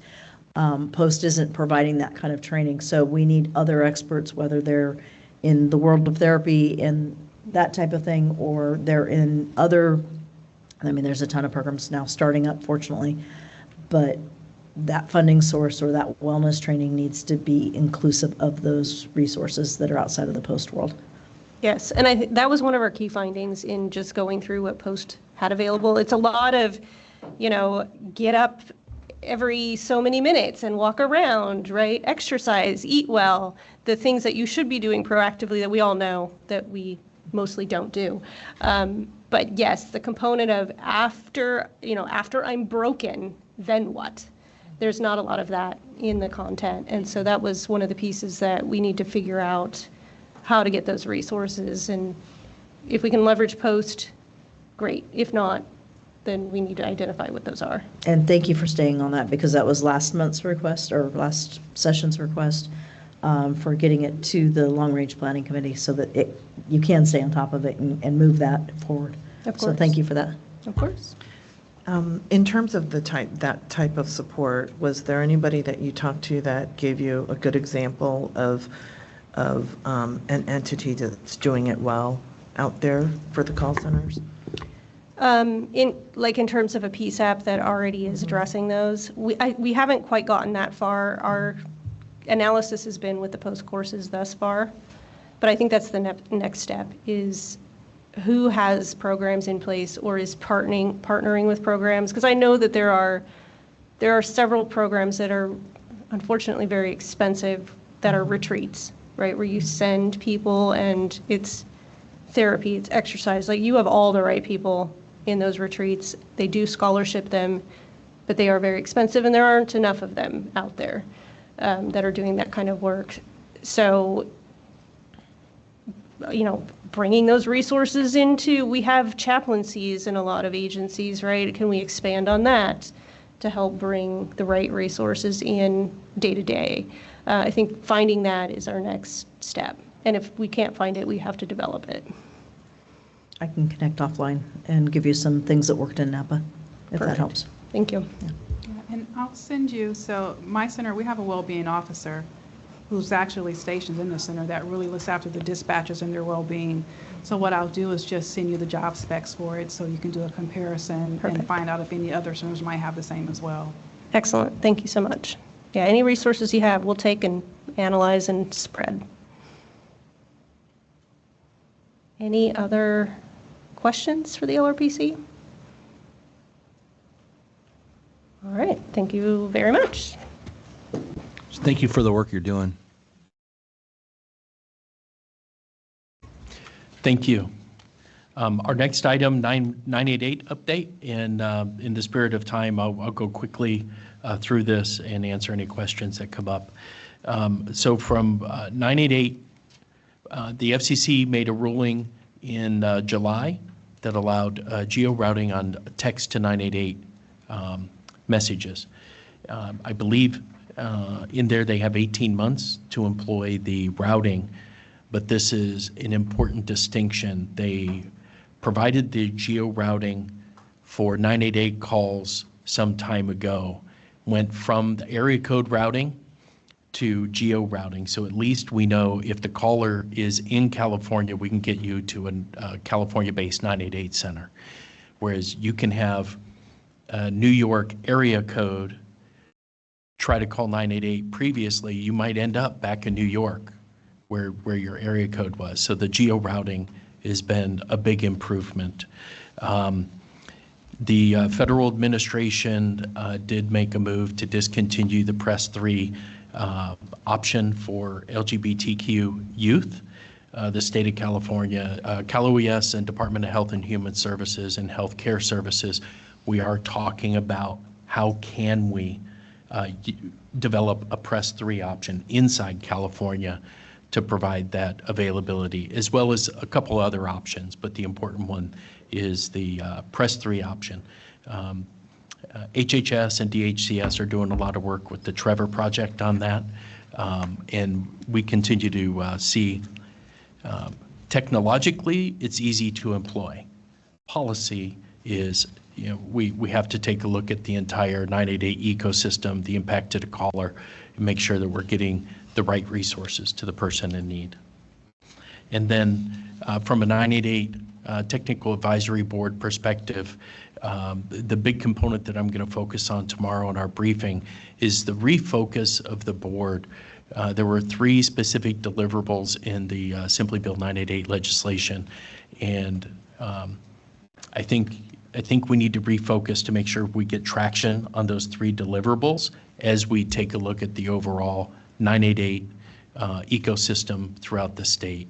And those deliverables are the feasibility of interoperability, the interoperability between 911 and 988, both from a standard and a protocol perspective, and then the development of the protocol for when a 988 call gets transferred, either 911 to 988 or 988 back to 911. So we have a couple of working groups working those efforts, and what the Cal OES team's going to do is they're going to take those efforts and kind of spearhead the direction and the help to develop those written materials to present back to the Technical Advisory Board.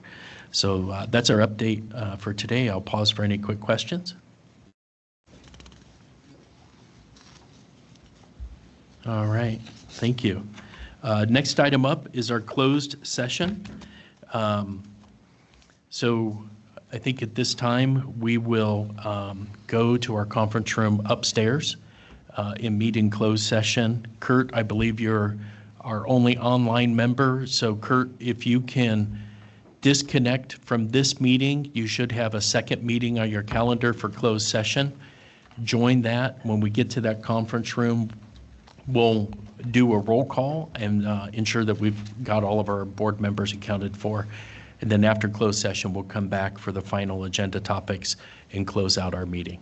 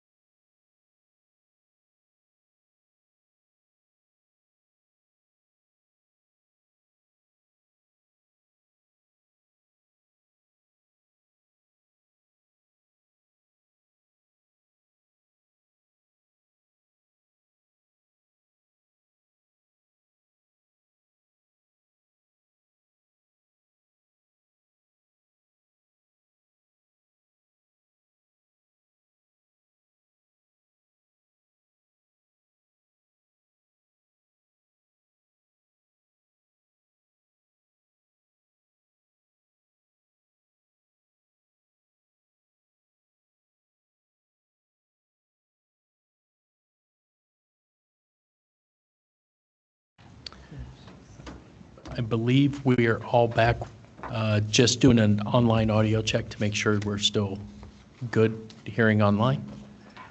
Yes. All right, thank you. We'll conduct a roll call as we call the open board meeting back into session. Mark Chase. Present. Andrew White. Present. Kurt Wallace. Here. Rebecca Ramirez. Present. Rodney Ellison.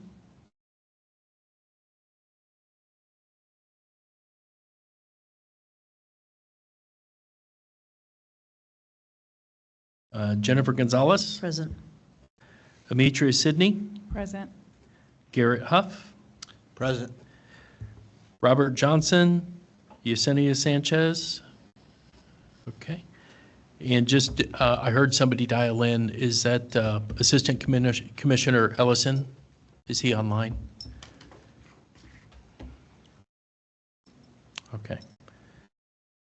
We still have quorum. However, we do not have Assistant Commissioner Ellison online. Okay. Returning from closed session, the board discussed closed session items. There were no actions taken, nothing to brief out in the open meeting. We do go to the next agenda topic, which is agenda items for future meetings. As a reminder, our next meeting is scheduled for Wednesday, November 19th, 10 a.m. to 12 p.m. here in this room.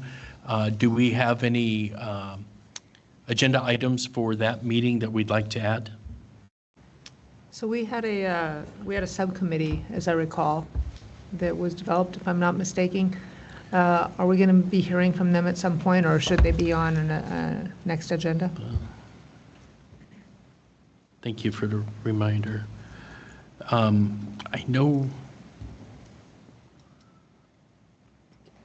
Yeah, we'll come back to you. We'll get clarification, and we'll send clarification out on that. Any other agenda topics for the future meetings? Our 2026 meeting dates have been developed. We're going to stay that same cadence. February, May, August, November, the dates are published there. The slides will be posted up on our website, and just as a reminder, when the agenda is formalized, the agenda with the specific topics and everything will be posted up on the website. These dates are the calendar placeholders for those. If specific events arise, we may change the specific meeting date, but that'll be in coordination with all of the board members. Okay, and then revisiting agenda topics or public comment for items that were on the agenda. We want to revisit that. And as just a housekeeping, please identify if you're online, please identify who you are. Speak to your point and keep your point down to 3 minutes, please. Anybody in the room have any topics of discussion for something on the agenda? Actually, may I make one comment before we go to public comment? Just a question about, heard from a couple of PSAPs, and I know we've had a discussion about this offline, Paul, but in regards to CPE replacement and how PSAPs are being prioritized, right, with a degree that the oldest will be replaced first, or the ones that are most in need of an emergency replacement. Correct me if I'm wrong, but you said basically about 80 to 90 PSAPs per year is what you think the threshold is for replacement for your staff to be able to get those requests accomplished and everything like that? Yes. So I would say the point of view expressed from this one PSAP that reached out to me is that if you are lower down on the totem pole per se, right, or you're a PSAP that's at 7 or 8 years and you're still in a maintenance window, but you want to get replacement. The request was just that if Cal OES would consider dedicating more staff to handle requests in a more timely manner, if that's possible. So, Janae, keep me honest in my explanation here. So the way we prioritize the workload, if we get 5 requests in a day, the team is going to take the one with the oldest CPE first to process, and then the next oldest, and then move down through the 5th. They're not going to reject anybody unless somebody with a very newer system comes in, and that's based on their workload. Did I articulate that properly? We're trying to, the body of work is going to get done, Mark, but we have to prioritize how we do that body of work. So what we don't want to do is have somebody with a 10-year-old system wait to be the last in the queue of 5. We're going to push them up to number 1 and then work down from there. Yeah, understood. And I just, again, the request was just administratively, if there's anything that could be done to help Janae and her staff potentially increase that number. Just if management would take a look at that and see if there's anything possible to make that process a little, sure, to be able to increase that number if possible. Sure. Thank you. Okay.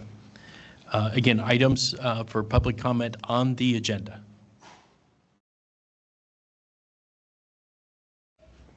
If you can come up to the mic and identify yourself. Thank you.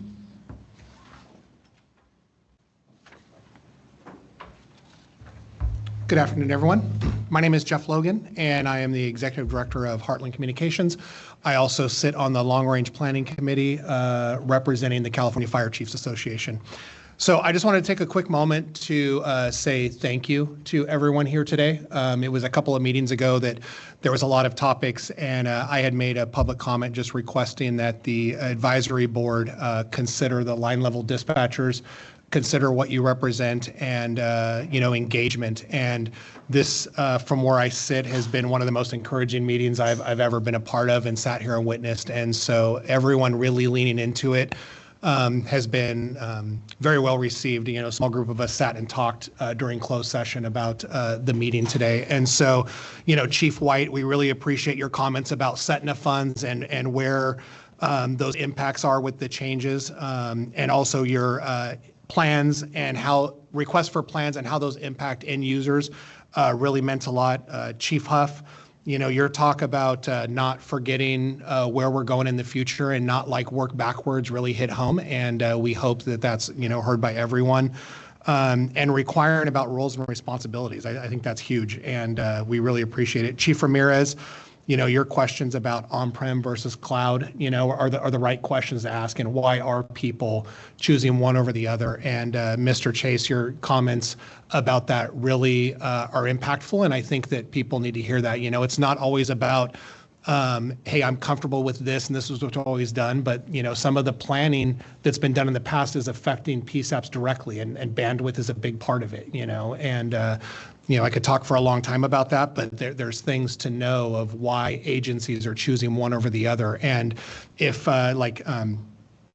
Chief Gonzalez, you asked the question about why some PSAPs, what are the numbers of agencies right now that have choosing the on-prem since it's been available? And I think that from my perspective, there's not enough data to have good information with that, because there's a lot of agencies right now that want to go cloud hosted, but if they have to choose right now, they're really only choices on-prem because they want all of the extras that come with cloud hosted, but the bandwidth doesn't support it for what's needed. And so there's just a lot of factors that go into that on the future. And, Mr. Troxel and Director Magnet really appreciate the information you guys provided and the acceptance to say, hey, we can do better as we go forward on this. So it was very refreshing for the meeting today, really thankful. And I'll close it with the staffing study. I think everyone here asked great questions about it.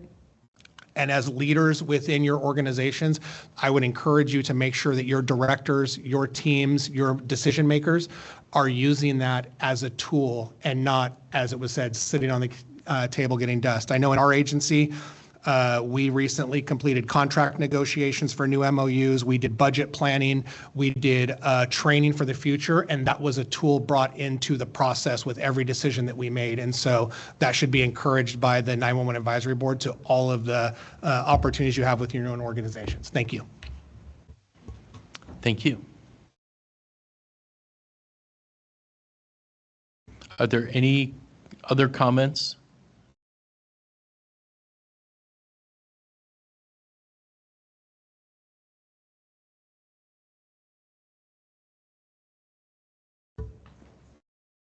Hi, all. Alicia Fuller with the California Highway Patrol. Just going back to the Next Gen 911 conversation that was had earlier in the meeting. What I think some of the conversation is why is the shift to Atos taking place right now? That sounded like some of the information that was being shared. And a question to OES, in your initial plan, like phase 1 and phase 2, is without it being on paper, it's just a little fuzzy, but what are the concerns from the PSAPs that are not included in the 23 but interact with those 23 on a day-to-day basis? Calls are being transferred outside of the 911 network that in legacy would have been star code transfers. So I don't know if you can answer now or I need to take it back, but incorporation of those PSAPs that are, daily recurring, communicating allied agencies, trying to get that into the network instead of having it fall out of the network. And I get as you move further away, right, if you only transfer once, maybe that's not the greatest scenario. But if you're transferring over and over and over again and those aren't staying inside with a URI transfer, it'd be great if we could get those back into the network as fast as possible. So, very simple explanation. The use of transitional elements. Exactly. We are going to be evaluating how we employ those in the initial phase 1 and in future deployments to simplify for those on or off the Next Gen network. We can keep the call in the 911 ecosystem. That'd be fabulous. Thank you so much.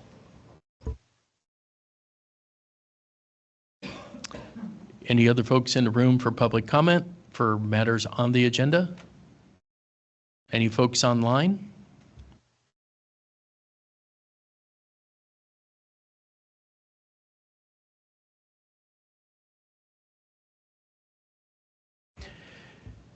Do we have any hands raised?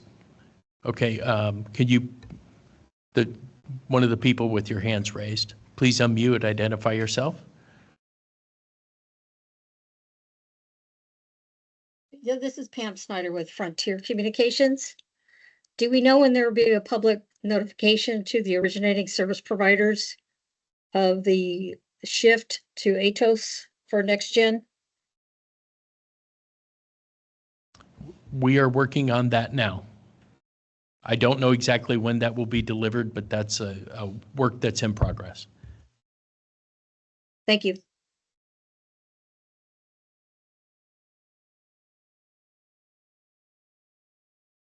And that's also a part of the work that we're doing with the California Department of Technology to work through all of that approval. And we are working on the letter now, and with the CDT approval of our future contract, then notifications will be sent out.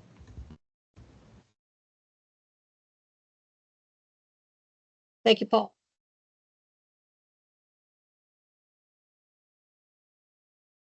No other comments for those online? Okay.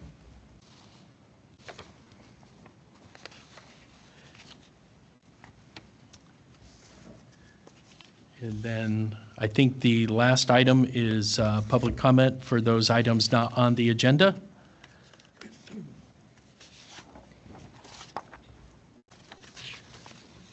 Okay, not hearing any public comment. Do we have a motion to adjourn? Can I make a comment? Yes. I was looking at my appointment paperwork, and I think it actually ends before the next meeting. So I just wanted to take a moment, if I may, to address the board and the public, if that's okay. So I just wanted to thank, first of all, Cal OES for the opportunity to serve on this board. I started out as a dispatcher at the young age of 17 years old. Never figuring I'd be here. I knew about this board existing, but times changed, and I ended up here. And it's truly been an honor to serve in this, to be appointed by the governor for something was an interesting process. My focus all along has been on the line dispatchers as well as the public, and making sure that we're serving all of our first responders so that they can help the public. Certainly this board's gotten a lot more attention in the last year or so, but I'm also confident that there's a lot of good people up here and people that will come in the future. I think people bring different fresh ideas that will help move this project forward. I also want to thank all the Cal OES staff.